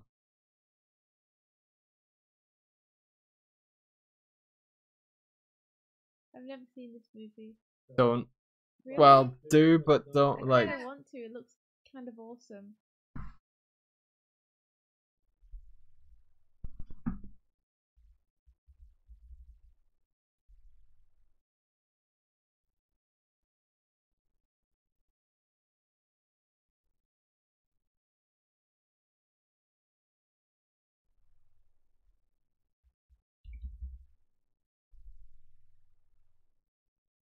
That's really cool. Animating Hilda is so fun.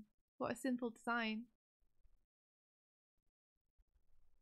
I hope it's going well. I can't wait to see what you do.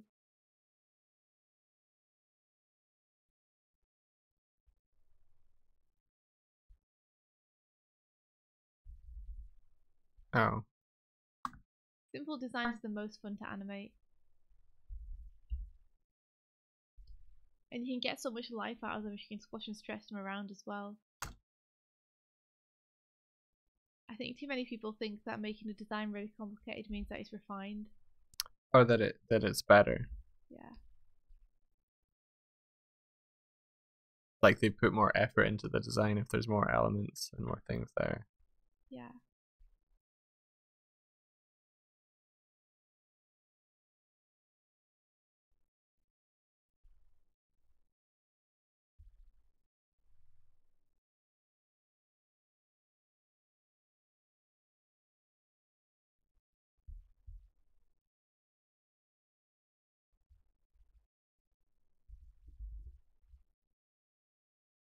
This is from reference, by the way, Rolando. Like this isn't out of my head.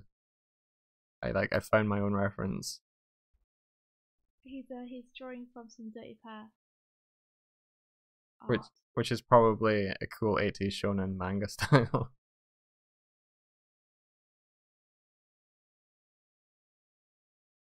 Oh no, money probably moves. Jeez, Hardick, yeah, I hope you're okay. The money stuff is difficult, especially with animation.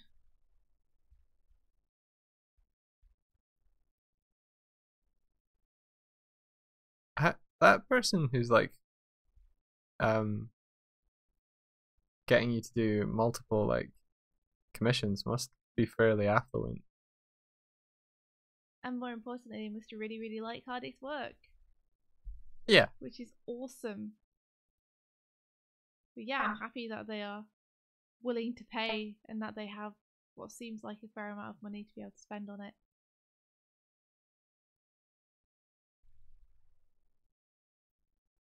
Shows you like supporting artists is so important. Yeah. Yeah.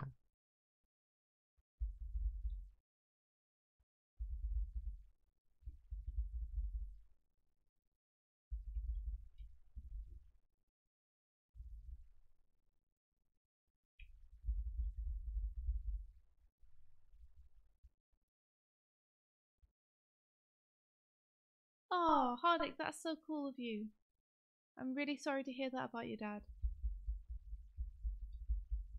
I hope he feels better soon. I'm sorry to hear that the work's not been coming in as it should be. But I think it's amazing that you're there to support your family. I think that's great. Yeah. It might further emphasize like the value of what your studies and your efforts are going toward for them. Not that it should rely on money for that, but like I know that it can be sometimes intangible for people who are not like in that headspace. But if you can be like, this meal is because I animated this thing, Yeah. and it puts it it puts it into a tangible context for people. Yeah. I think you're right. I think it's very cool people to see that Hardick can help them out doing what he's amazing at.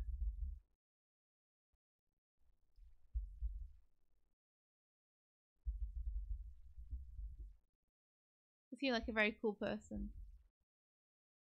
Have they just kind of kept the animations that you've done for them under wraps, or are they going to be kind of released at some point or used somewhere? Back from the burning depths of school. Welcome to the surface.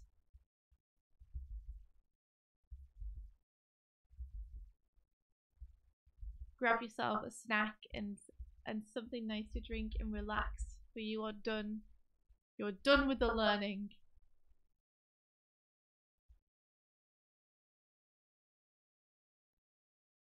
Oh, I'm really glad they're settling down, Hardik. I hope you've been okay. If you ever want to chat to anyone, then we're around. We might not be great at replying, but we did definitely, if there was something up, then we would take the time.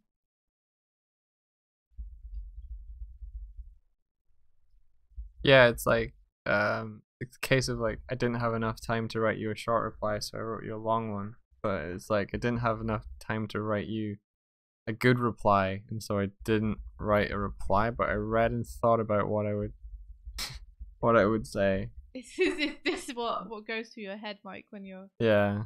Oh. Like we received an email a couple of days ago now for someone asking for art advice, and it's like, okay, we'll get to that. And then you get onto your like your work for the day, and then it gets to like 4 in the morning. You're like, oh crap, I didn't reply to that email. I'll do it and it just cycles. Yeah.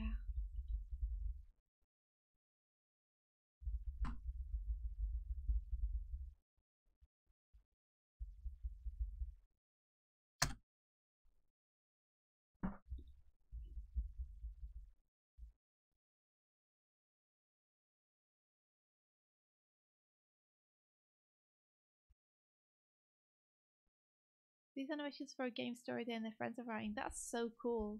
The characters looked awesome. They colored one of his animations, and they figured out that they were like, you artists are crazy. I have so much respect now. That was heckin' tedious. And they were on the fun part. They didn't even know that the coloring's the part where we're like, oh, finally it's going to go a bit faster. Yeah. That's cool though. It's always nice to be like appreciated for the hard work you do. It's always really satisfying when someone's like, you know what, this is really hard. And you're like, yes, right? I know.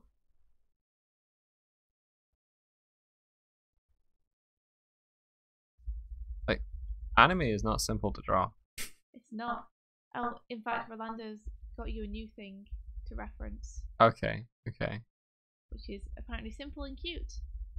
Let me just. Yeah, I think I've messed up the jawline. Like, it should be more like.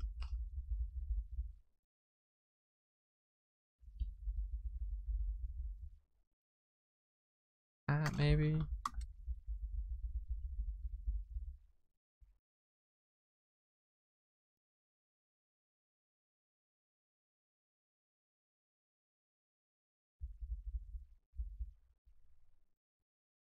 So many just subtle indents and like lines leading up to lines.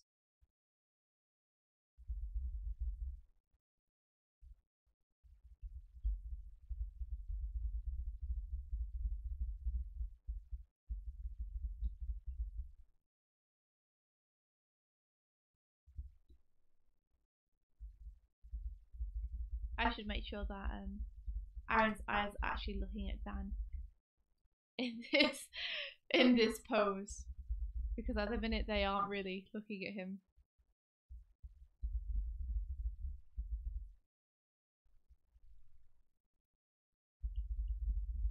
Oh, I misinterpreted that. I thought that was her hair going down to there, but it's actually her eyebrow. Adding her eyebrow would help with expression, right? Probably, yeah. That's what was missing. An eyebrow. Just one. No, I hadn't done either of them yet.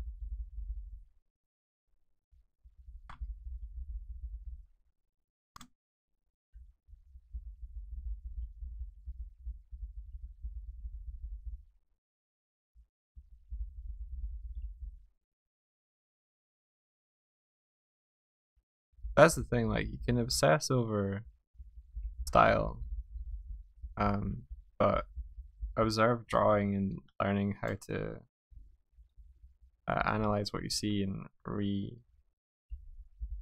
it and draw it with its style agnostic, gonna give you the overlapping skills to draw whatever style you want to in the moment. What's that? Are you saying that studying different styles is good? Not so much style like studying different styles, like just still lives from realism. Um, like you can be style agnostic and still draw well. Yeah. Like if you hyperfixate on what makes your style, you're kind of building a wall around something that should be an open plane. So I think too many people are too concerned with what their style is nowadays. Yeah, well, it's like a style is how you get identified, how your work gets identified. So if the aim is to get known for your work or whatever, it kind of gets in the way of your development as a rookie. The thing is that every time I draw it in a different style. Yeah. Like I don't think I've done two animations in the same style before. Yeah. The closest I have is these grump designs are kind of similar to the last grumps one I did, but they're not exactly the same. No.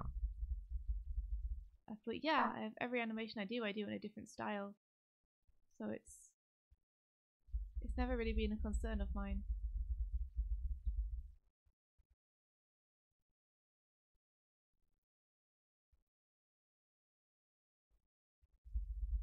Like my style is something that I'm unconscious of. It's something that just happens, and I think that's the same for everyone else as well. Is that your style will happen whether you want it to or not, because it's the little quirks that you do when you're drawing. It's the shortcuts you take. Yeah, it's how you change a particular angle. It's how you problem solve when you do something wrong. Exactly. Music Fox says I can't draw in a different style without it turning back into my own style. Yeah, exactly. Like even when I draw in a different style, there are certain things, especially in the way I animate, um, that I'm just used to doing, and I just automatically do. Yeah. Okay, so let's see. Twitter, red Akaniko cat status, blah blah blah blah blah. See if I can get him to look more like Dan. We can actually make eye contact. That'd be good.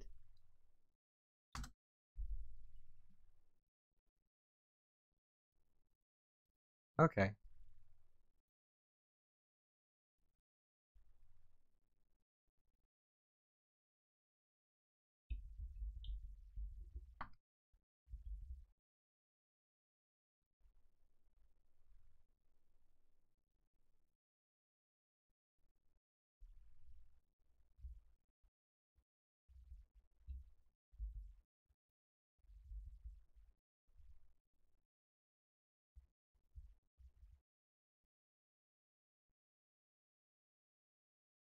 This might not be the best brush for this, but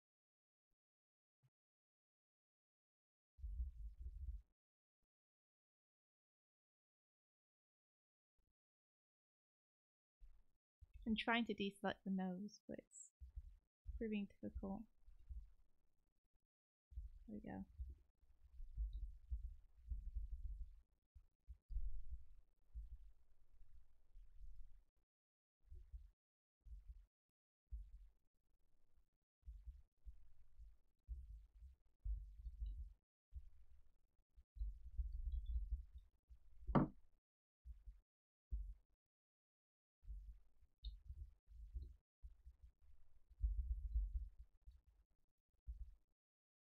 do we have any reference sheets for our cartoon cells? There really aren't. Like what you see below is kind of Yeah, I mainly guess it. we kind of draw our cells differently every time as well. Yeah. So we don't really have any reference for them. We just kind of fell into a way of drawing them that felt comfortable and haven't really changed it since.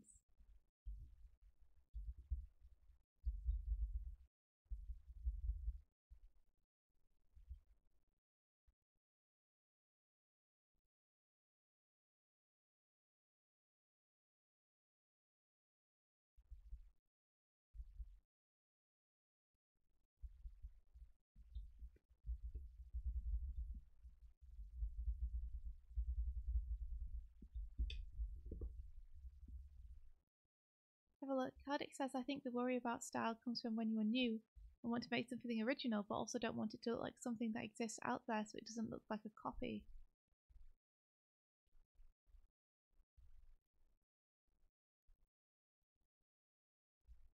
Yeah, Roxanne, I think you will already have an original style. If you've been drawing for years, you will have a style already.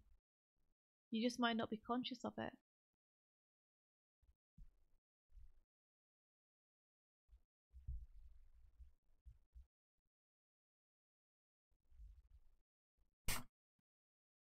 It's nice that you want to draw our face. Yeah, it's awesome.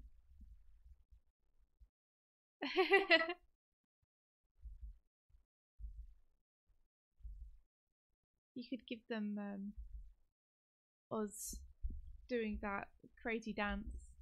Oh. Nah. Okay. I think I draw myself slightly differently in that anyway. Yeah.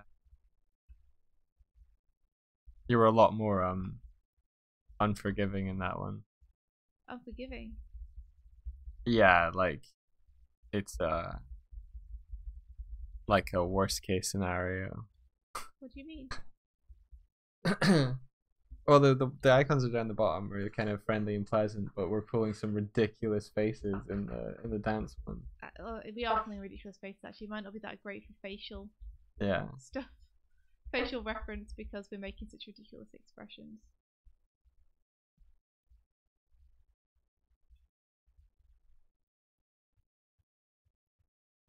Ah, cool. Izzy Brownie says, I use Picardo as well, even though I do have Twitch. Just use it way more than Twitch. I think there's different sorts of artists and audiences on each of the platforms. We're just platform agnostic. There's something nice and friendly feeling about Picarto. I don't really like the feel of Twitch. I don't like a lot of the way that Twitch handles things. But then again, I'm not too familiar with Picarto. The thing I'm most familiar with is YouTube. Yeah.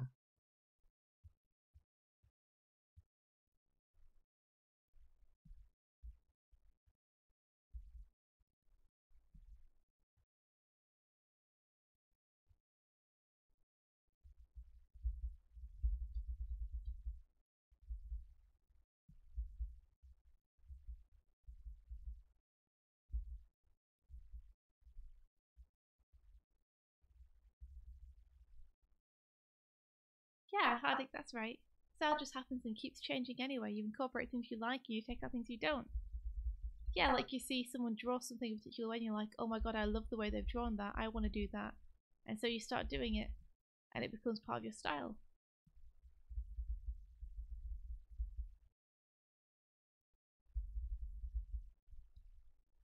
So we're kind of all unique mishmashes of things that we really like. I'm an I'm an anime artist now. Are you? Yeah. That's really cute, Mike. That's the reference. Oh, that's really cute. Like it's not one to one with the reference. Like a close stab. You just can't draw that straight out of your head because you're not familiar enough with anime, do you think? Just not familiar with how to abstract and stylize like this. Yeah.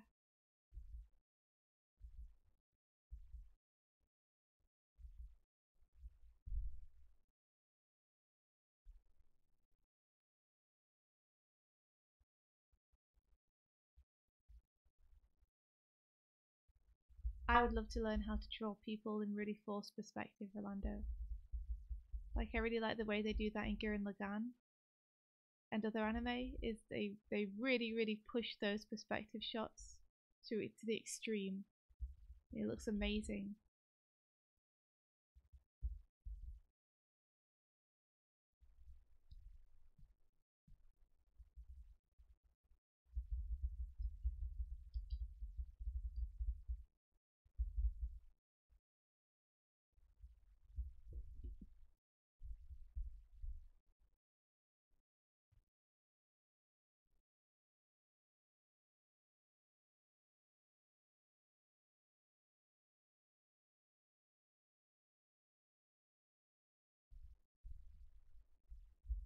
If I ever want you to teach me moe-isms, proportions, yeah, sure. I think it might help add some appeal to my work.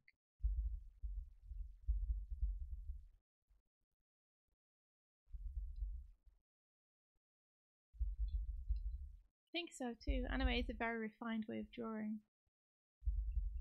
Despite what people may think about it being simplistic, it's really not. It's really not. It just looks simple, but there's a lot of complexity that goes into drawing it.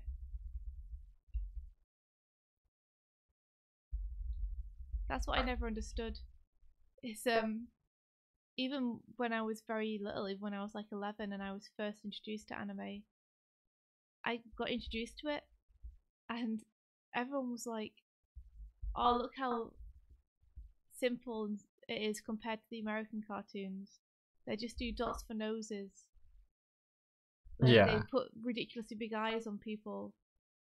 And I was like, I don't understand. Like, we literally do like C shapes for noses. And we have tons of characters with massive eyes like that. Like, why are people singling out this I think style when it's very... I think it's just because it's different. We do all the same things. Like, yeah, you could have a Western character that's just like... And the way that anime handles like head construction and body poses and draftsmanship is much higher than the ones I've seen for America. Like Scooby-Doo or G.I. Joe or Spider-Man versus like, I don't know, Dirty Pa or Akira, and there's no comparison between which handles body proportions in a more refined way. You know?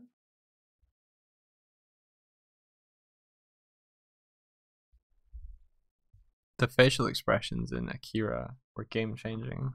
Yeah. That's why I never really understood why people, when I was growing up, would level these criticisms that didn't make any sense to me against it. We were in Kyoto last year, and Kyoto has an anime and manga museum, and they have a room that is literally dedicated to like the chronology of manga. And so you come in the bottom right hand corner of the room, and if you go around clockwise, they have like earliest volumes of like published manga from the 1960s, maybe even earlier, and you go along, and then it goes through the 1980s, and it goes all the way up to like modern day.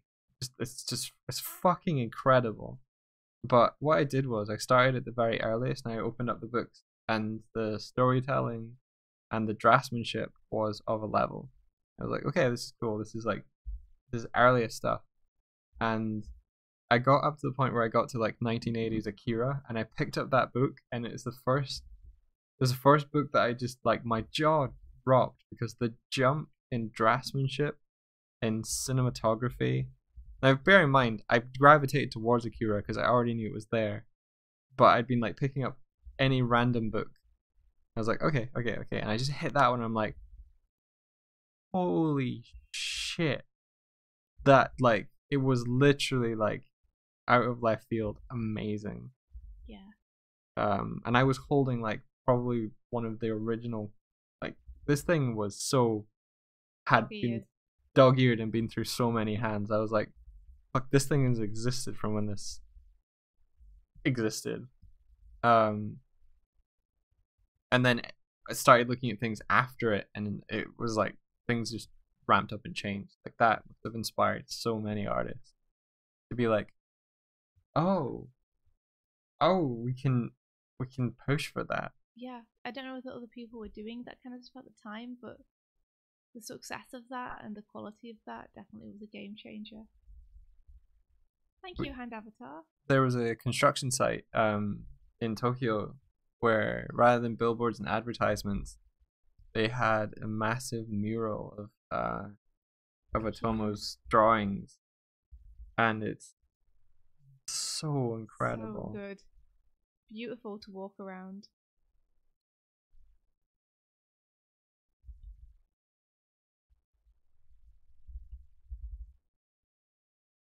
We should probably head off, Mike. Let me just finish up this drawing. It being 10 o'clock and all. Yeah, I'm almost done.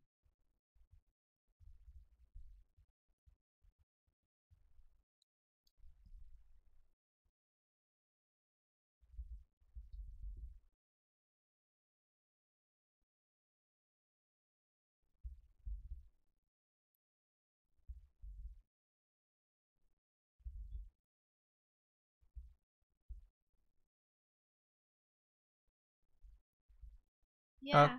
Thanks for the like, hand avatar. I gotta go. Before I do something stupid. I gotta go, and I gotta go. Before I do something lame.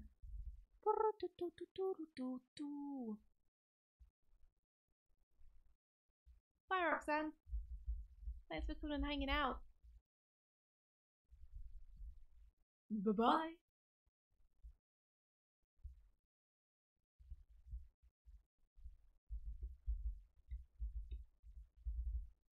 Okay, adding the pupils like dark like that, like they're really soft in the reference, so the brush not going to really let it. That's soft.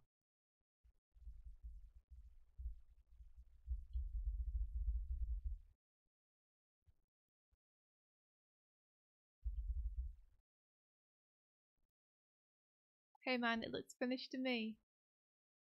My drawing. Mhm. One more line.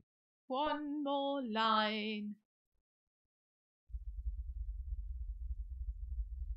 Place it well.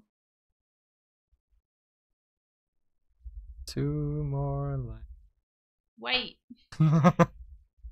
Remove one of the lines. One more line. One punch. I literally just did like a trade where I like redrew one of the lines that was already there.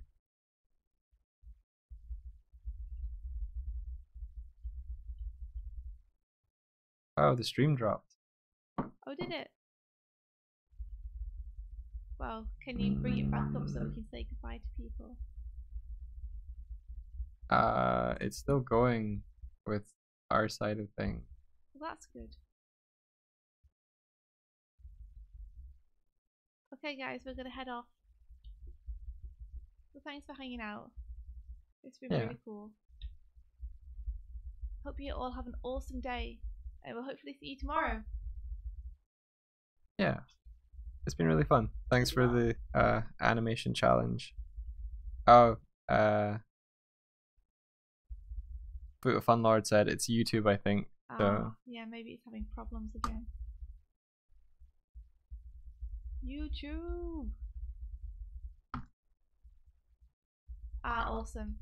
It seems like refreshing helps. Shakes fist at YouTube. Yeah. YouTube. Okay, everyone. Take care.